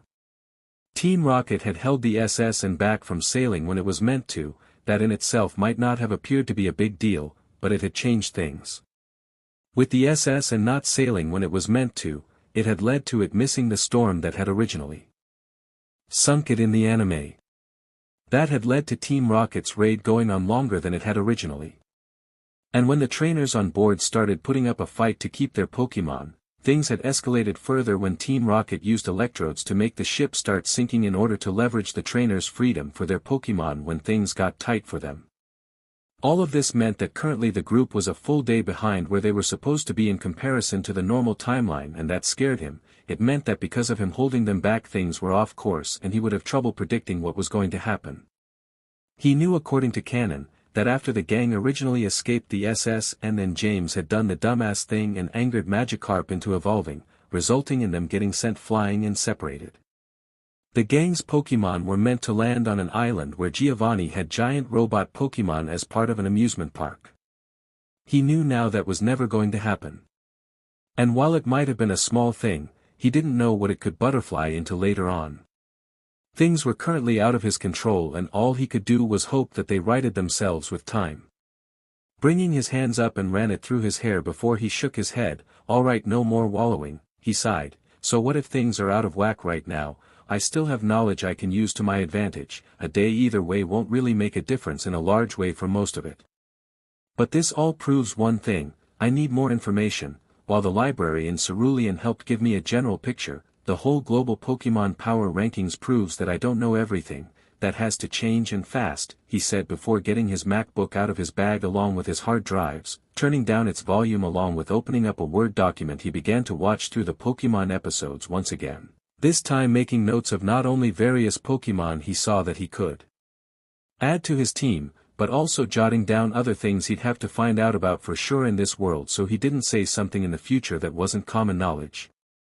I should have done this from the start, Mason mentally berated himself. He couldn't afford to slip up, especially now that he realized just how small he was. Time skip. Morning came several hours later and Mason nodded to himself as he looked over his laptop screen at the lists he'd made up. First came the various powers that were shown to be in this world. Aura and psychic abilities. Both he had completely forgotten about until he had focused on things. He wasn't sure if he could learn either or if they were something he had to be born with. But the knowledge that psychic abilities existed gave him pause. Psychic meant telekinesis and telepathy also hinted towards mind reading, which instantly had him worried and instantly add mind reading protection to his list, listing dark and ghost Pokémon as possibilities as necessary additions to his team in the future. He did not want to risk crossing paths with a psychic and them reading his mind and finding out he wasn't originally from this world. Below that he had also listed every regional gimmick he could recall. Mega Evolution, Dynamaxing and Gigantamaxing, Z-moves. Those were just the ones that he could recall from whatever games had been out before he had been dropped into the Pokémon world. For all he knew there were others, but he didn't know of them, and he'd have to research exactly how widespread and how well known each of them were before he began looking for others. As for the Pokémon front, well, he had several listed as possibilities starting with. He was cut off from his inner thoughts when his Pokegear began to bleep, making him look over to it before checking the number and recognizing it. Wonder what Bill wants, Mason thought before hitting accept on the video call. Hey Bill, what's up? He asked as he sat up in his bed, his laptop on his lap. Oh, thank you, you're still alive, was Bill's first response, making Mason frown, wondering what had him so worried, before it clicked. Ah, I guess you've just heard about the SS and going down then. Mason guessed. It's all over the news, League officials are in an uproar about it, the champion is on a warpath. Those rockets have never been so bold before as to attack a League-sanctioned event before, Bill clarified. I hadn't thought anything of it until I saw your Pokédex was last registered on board. Yeah, sorry, guess I should have called, Mason apologized, knowing that Bill had been appointed as his handler by Silph Co since he signed on to them through him like a number of others had, and that he had to check in with him at least every 2 weeks to update him on things, all a part of his contract with Silph Co when he became a move researcher. It's fine, I'm just glad you're okay, Bill told him. You are okay, aren't you? Yeah, just a little sore, Mason replied before he yawned, and tired. It's been a long night, he said before he started to give Bill a full recounting of what had gone down on board the SSN. Bill listened intently as Mason went over everything before sighing as he finished. It sounds like you got really lucky, and then some to survive all of that. It's a good thing the League assigned John, otherwise I'm not sure how you four would have gotten out of that situation, Bill commented. Yeah, it's definitely not a situation I want to be in again, Mason said with a frown. Bill noticed the frown and spoke up, what's got you in such a way? Most would be thanking their lucky stars that they survived something like that, yet you look like someone spilled your moo-moo milk. Mason frown deepened as he thought just what to say so he didn't expose himself. I was blindsided, caught with my breaths down, he stated before sighing, both by Team Rocket and then the whole Pokémon ranking thing. I'm normally the one ahead of the curve in our little group, but this whole thing has just... I got ya. You're normally the fastest on the draw, but the first time you weren't was also when you find out you're playing with potato guns while others are packing the real heat, Bill nodded. You're clamoring for a footing and trying to get back on your game. How can I help? Mason shook his head. I'm not sure. he said, finding all of his comparisons amusing but not letting it show. I need information and a constant stream of it on various things, research notes as well as a way to have important news about the world at large constantly fed to me so I won't be caught off like this again. Bill nodded. Sound like you need some assistance to help you out, researching and compiling things for you to review the important things. I've got several that do that for me and keep me informed of any new discoveries or developments that are pertinent to my research, he explained. Mason blinked when he heard that. While the idea might not work completely for him as there was no way he could tell another person exactly what to look for, he still found it odd. Really, because I didn't see anyone else at your lab when we first met. Bill chuckled. Oh no, not assistance like that, he said before tapping the screen. Say hello everyone. Mason was confused as to why he was doing that before his eyes widened as several very recognizable Pokémon appeared within the screen, all beeping and whooping at him. Are those Porygon? Mason asked, amazed seeing them floating within the screen and all around, like they weren't physically there with him. Indeed, you do recall that they were created by Silph Co. Yes. Well, ever since it was discovered that they could enter technology, Silph Co. has been renting them out to companies and businesses. Even the League uses them to streamline its operations and provide digital security from anyone trying to hack their systems, Bill explained. Mason's eyes widened. That could be game-changing for him, though the fact that the Porygon wouldn't technically be his did worry him slightly, as if he sent it back to Silph Co. or they recalled it, someone could find out from it what he had been looking up. Would it be possible to buy some Porygon from them instead of renting them? Mason asked hopefully. Bill frowned slightly. Not usually, but they might be willing, seeing as you're technically an employee of theirs now, he said before shrugging. I could make some calls for you and see. How many were you thinking, and any will they need to have any specific tasks? Mason nodded. Thanks, he mused before thinking. 3 at most, 1 for researching, another to keep me apprised of world news, and a third for security. Bill nodded. Not an unreasonable amount. All right, I'll make some called and see if I can't get you them, but they won't be cheap in the slightest, especially the one trained for security purposes. That's fine, Mason waved him off. Money isn't a problem for me at the moment. They could charge $1 million for each of them and I'd still come out with over half my current funds available after. Bill chuckled. Well, they shouldn't charge that much, but it's good to know you won't be strapped to pay, he said before nodding. Okay, give me a few hours, I'll call you back around lunchtime if I'm successful. Talk to you more then. Mason nodded. Yeah, same to you. Take care, Bill, he said as the call ended, and after putting the poke gear down slumped back in his bed with a sigh.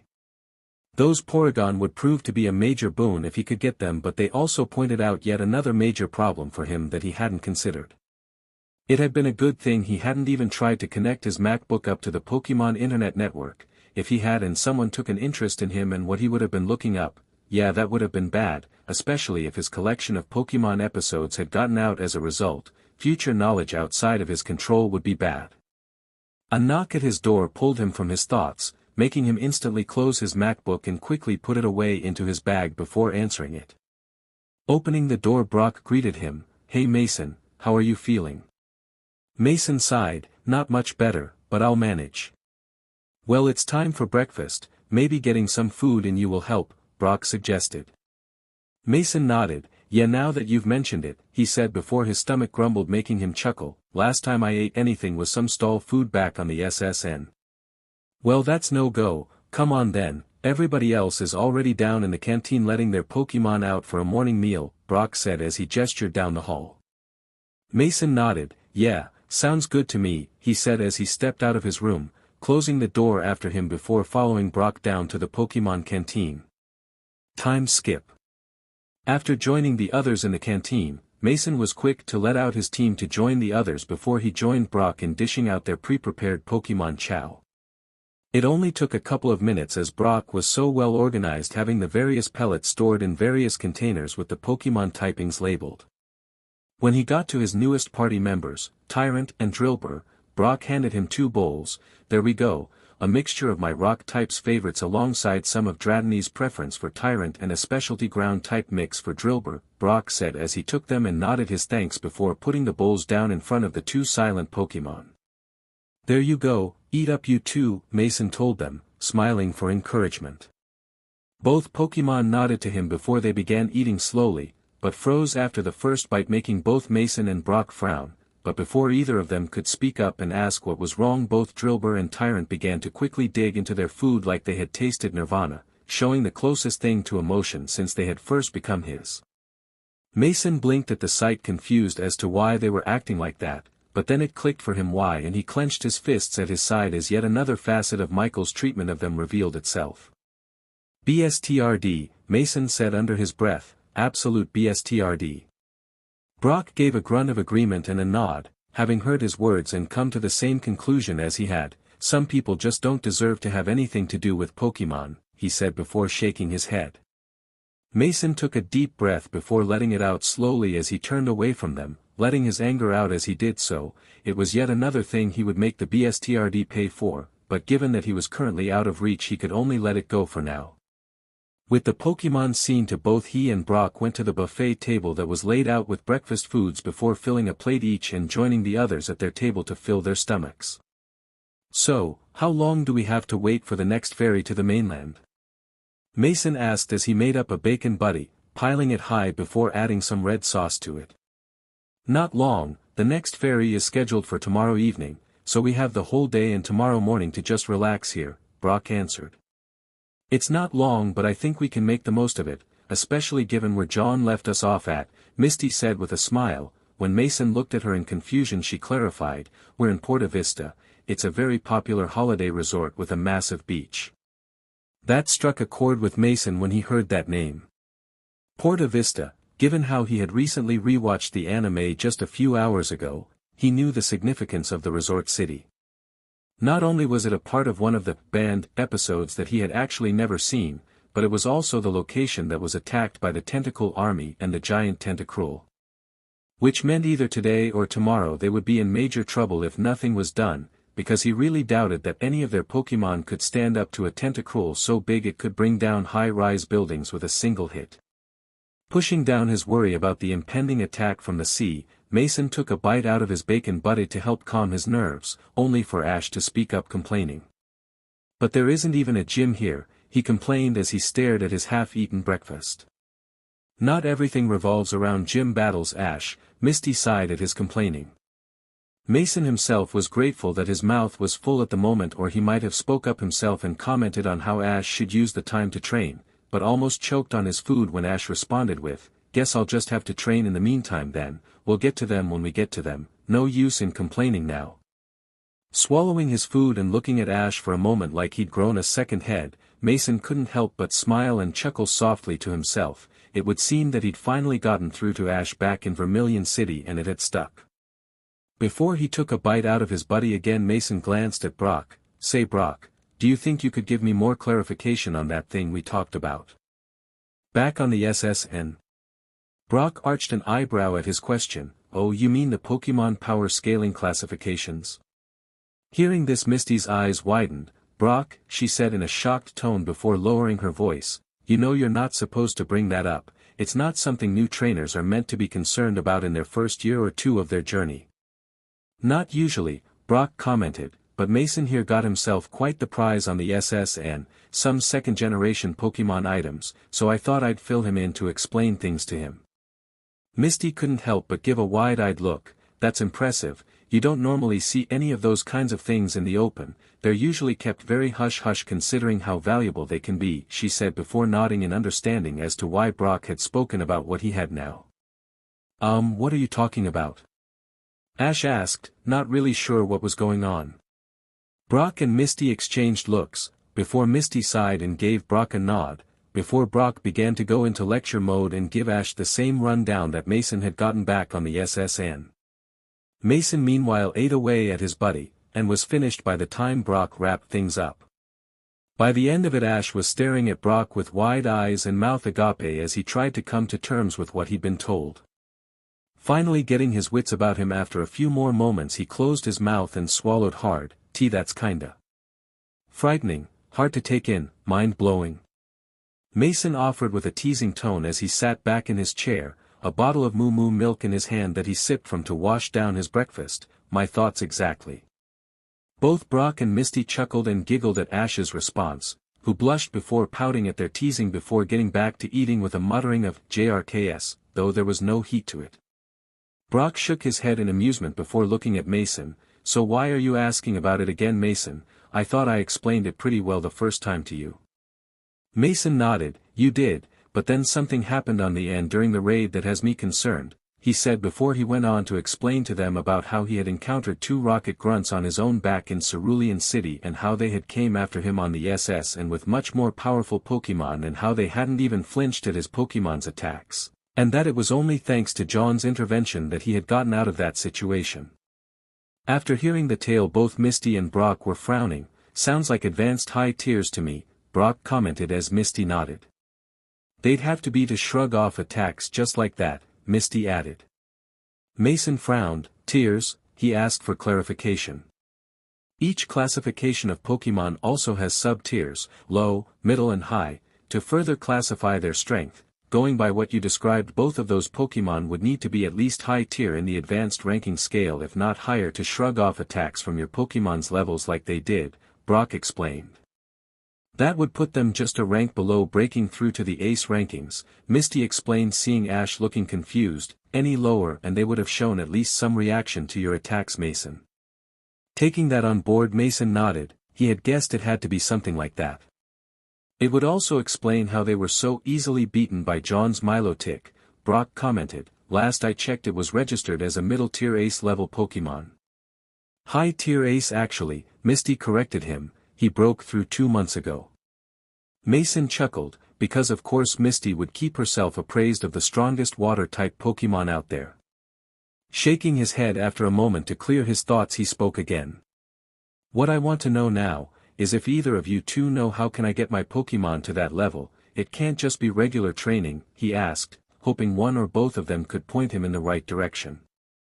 For most it's mostly time, Brock explained. Most Pokémon whose trainers stick to traveling and the gym challenges usually reach the first tier of the advanced ranking within 2 or 3 years. If they keep at it a year after that, they hit the later stage, and after that they usually get noticed, and usually by their 6th tournament they get drafted as an ace trainer and start the ace trainer circuit, where things get much more competitive.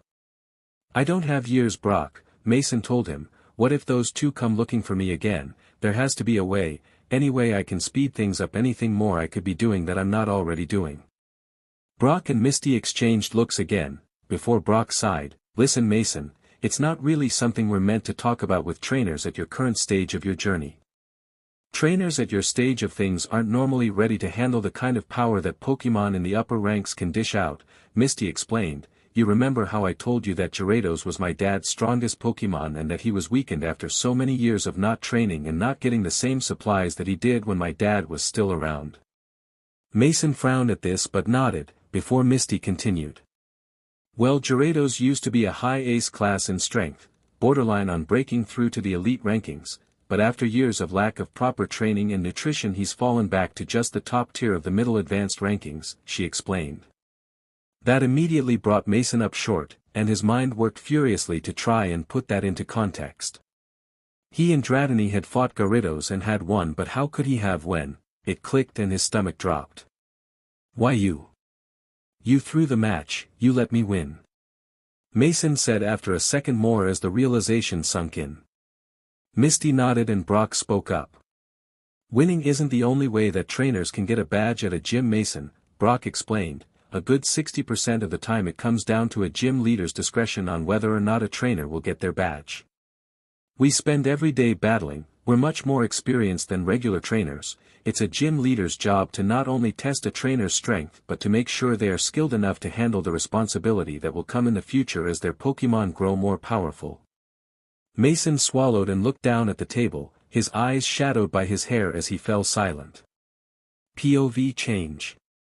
Both Misty and Brock watched Mason carefully as he looked down, both knowing that this was an important moment for Mason to come to terms with, and his answer would determine what would happen next. All the while Ash frowned, watching and listening. He could tell how Mason was feeling because he would have felt the same. The battle with Misty's Gyarados had been an awesome match, Mason had given it his all in that fight, and now he found that it wasn't really a win after all must have hurt. All three could only hope that he didn't let this shatter his determination. Back to regular POV. He didn't know why it hadn't clicked with him before now, it should have. he felt like such an idiot for not seeing it sooner.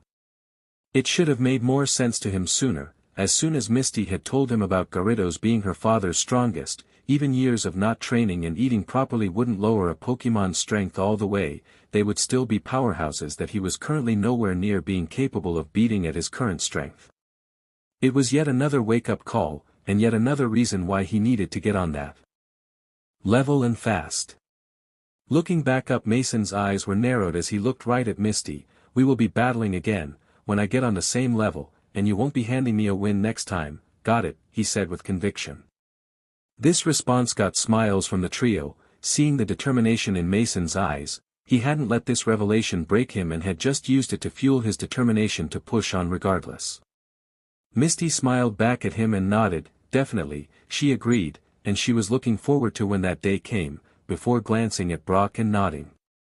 Brock smiled as well before relaxing into his seat, as he nodded back. All right, well, when it comes to advancing through the ranks quickly, you'll already be doing one of the first things with Dratini, he clarified as Mason looked at him with a frown. So he explained, the second-generation items, when he sleeps with one he'll passively absorb the energy within and make it his own. It will help him get stronger faster.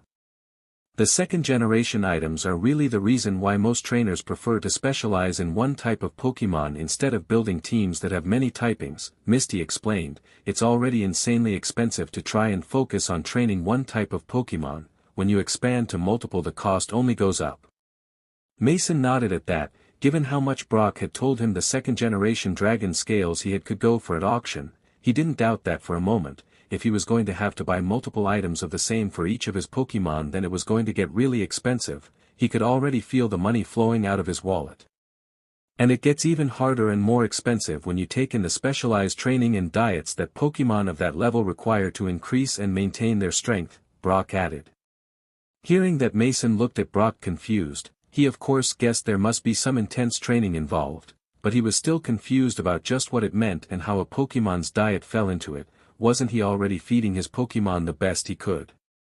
Seeing the look in Mason's eyes, Brock smiled knowingly before explaining, for the training you'll have to speak with and convince ace trainers and gyms that specialize in your Pokémon's typing to help. Most will likely only give you tips or hints on how to progress, that is unless you get sponsored by them so that they will take you under their wing.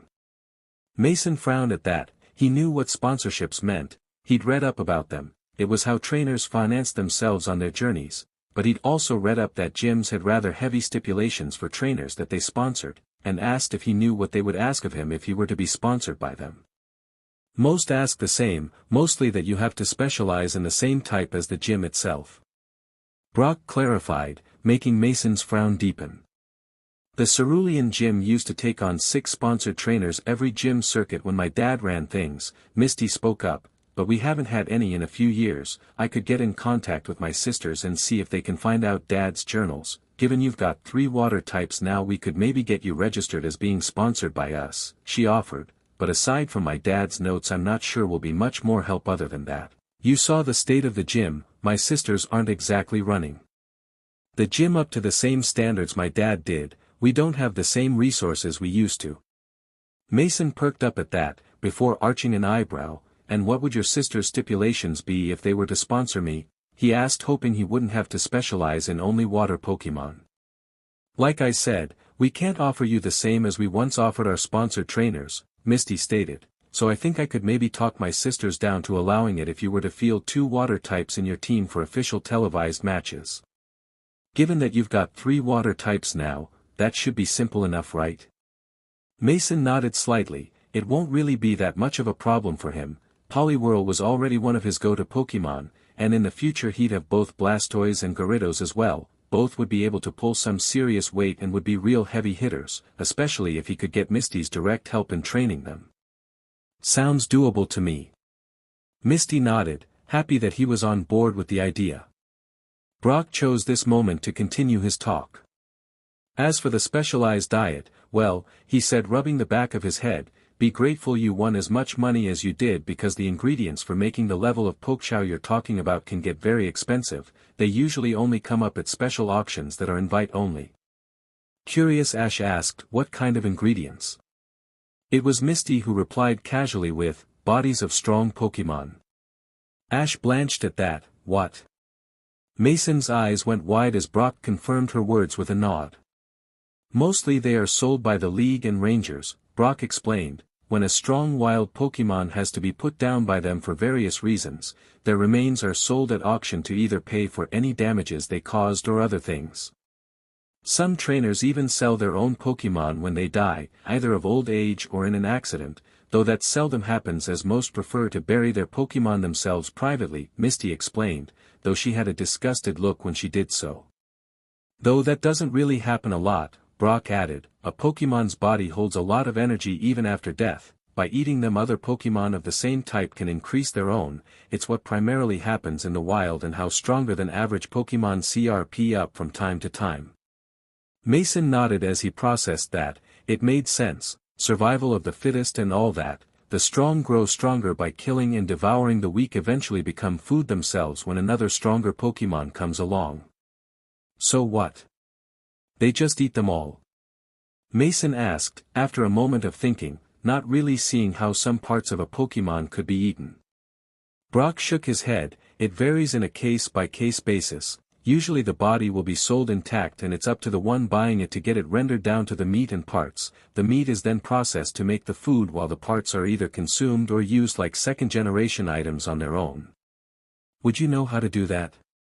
Mason asked, wondering if Brock could do all of this or if he would have to look for someone who could teach him to do so, though he was a little green at the thought of butchering a Pokémon like a butcher would a cow in his home world.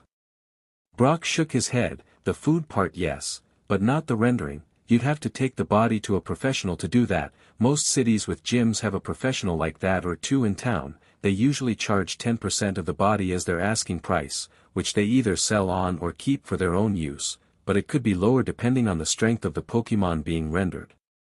Have you done that before, Brock? Ash asked, looking a little green at the talk of Pokémon eating other Pokémon. Brock shook his head, not personally myself, but my dad did on several occasions in my youth. He taught me how to make the chow from the meat, though mostly rock Pokémon can eat the stony remains of other rock Pokémon as there's very little meat in most rock Pokémon beneath their exterior shells. I never did it myself mostly due to the fact I had to put all the money the gym earned into looking after my siblings. I wasn't an ace trainer like my dad was, so I could never earn near the same amount of money he did.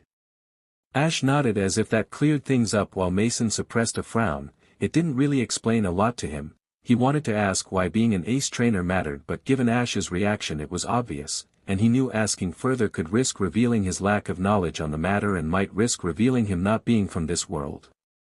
Any tips on how to get into those auctions then? If they're invitation only? Mason asked instead.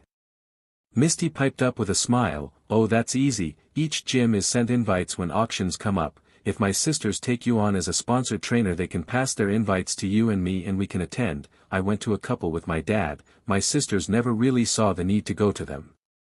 Mason grinned at that, liking the sound of being sponsored by a gym more and more, I'm liking the sound of be sponsored more and more now, but just to be clear, would it be every time I'm in a televised match that I would have to field 2 water Pokémon, or would just one be enough?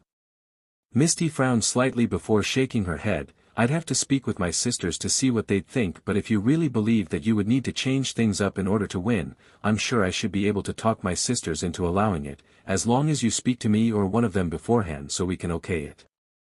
Mason nodded more than happy if that would be the arrangement, alright, when will you be able to call your sisters to see if this would be possible?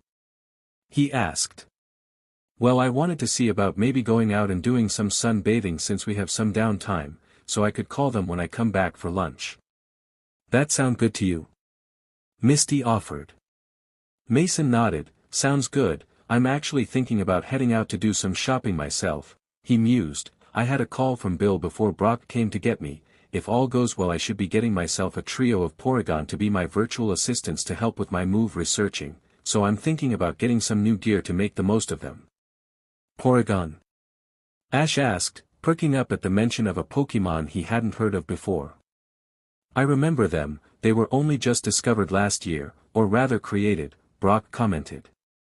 Mason shrugged, well I don't know about that, but Bill recommended them to me and said he'd see about hooking me up with some to help, he said before downing the last of his milk and getting up from his seat, what are you two planning on doing while I'm out shopping and Misty is sunning herself? I'll probably go and check out the sights, Brock commented, but the way he turned his head made it clear he wasn't exactly being truthful. It didn't take a genius to know that by sights he really meant all the girls in bikinis. Ash, clueless to this, finished his food and stood up. I'm gonna see about getting some training in with my Pokémon and then see about finding some trainers to battle to keep our skills sharp. Mason nodded. Sounds like a plan to me, he said with a grin. Alright, so I'll catch you all back here when I get back from shopping, he said, getting nods of agreement before waving by as he went over to recall his team who had finished eating, letting Dratini crawl up and lay over his shoulders for the ride before he made his way out of the Pokémon Center and into the sprawling city resort that was Porta Vista. As he stepped out the doors, he glanced to his left out to the ocean, and sure enough, out at sea he could see the beginnings of a floating resort. The sight made him frown. And he knew he would have to get ahead of that cluster bomb before it went off. Canon timeline beat med. He was not about to risk a showdown with a second Kaiju-sized Pokémon, especially given how the last one turned out. He did not have plot armor DM in it. And with that thought in mind, fished out his poke gear from his pocket as he turned and began to make his way into the city proper.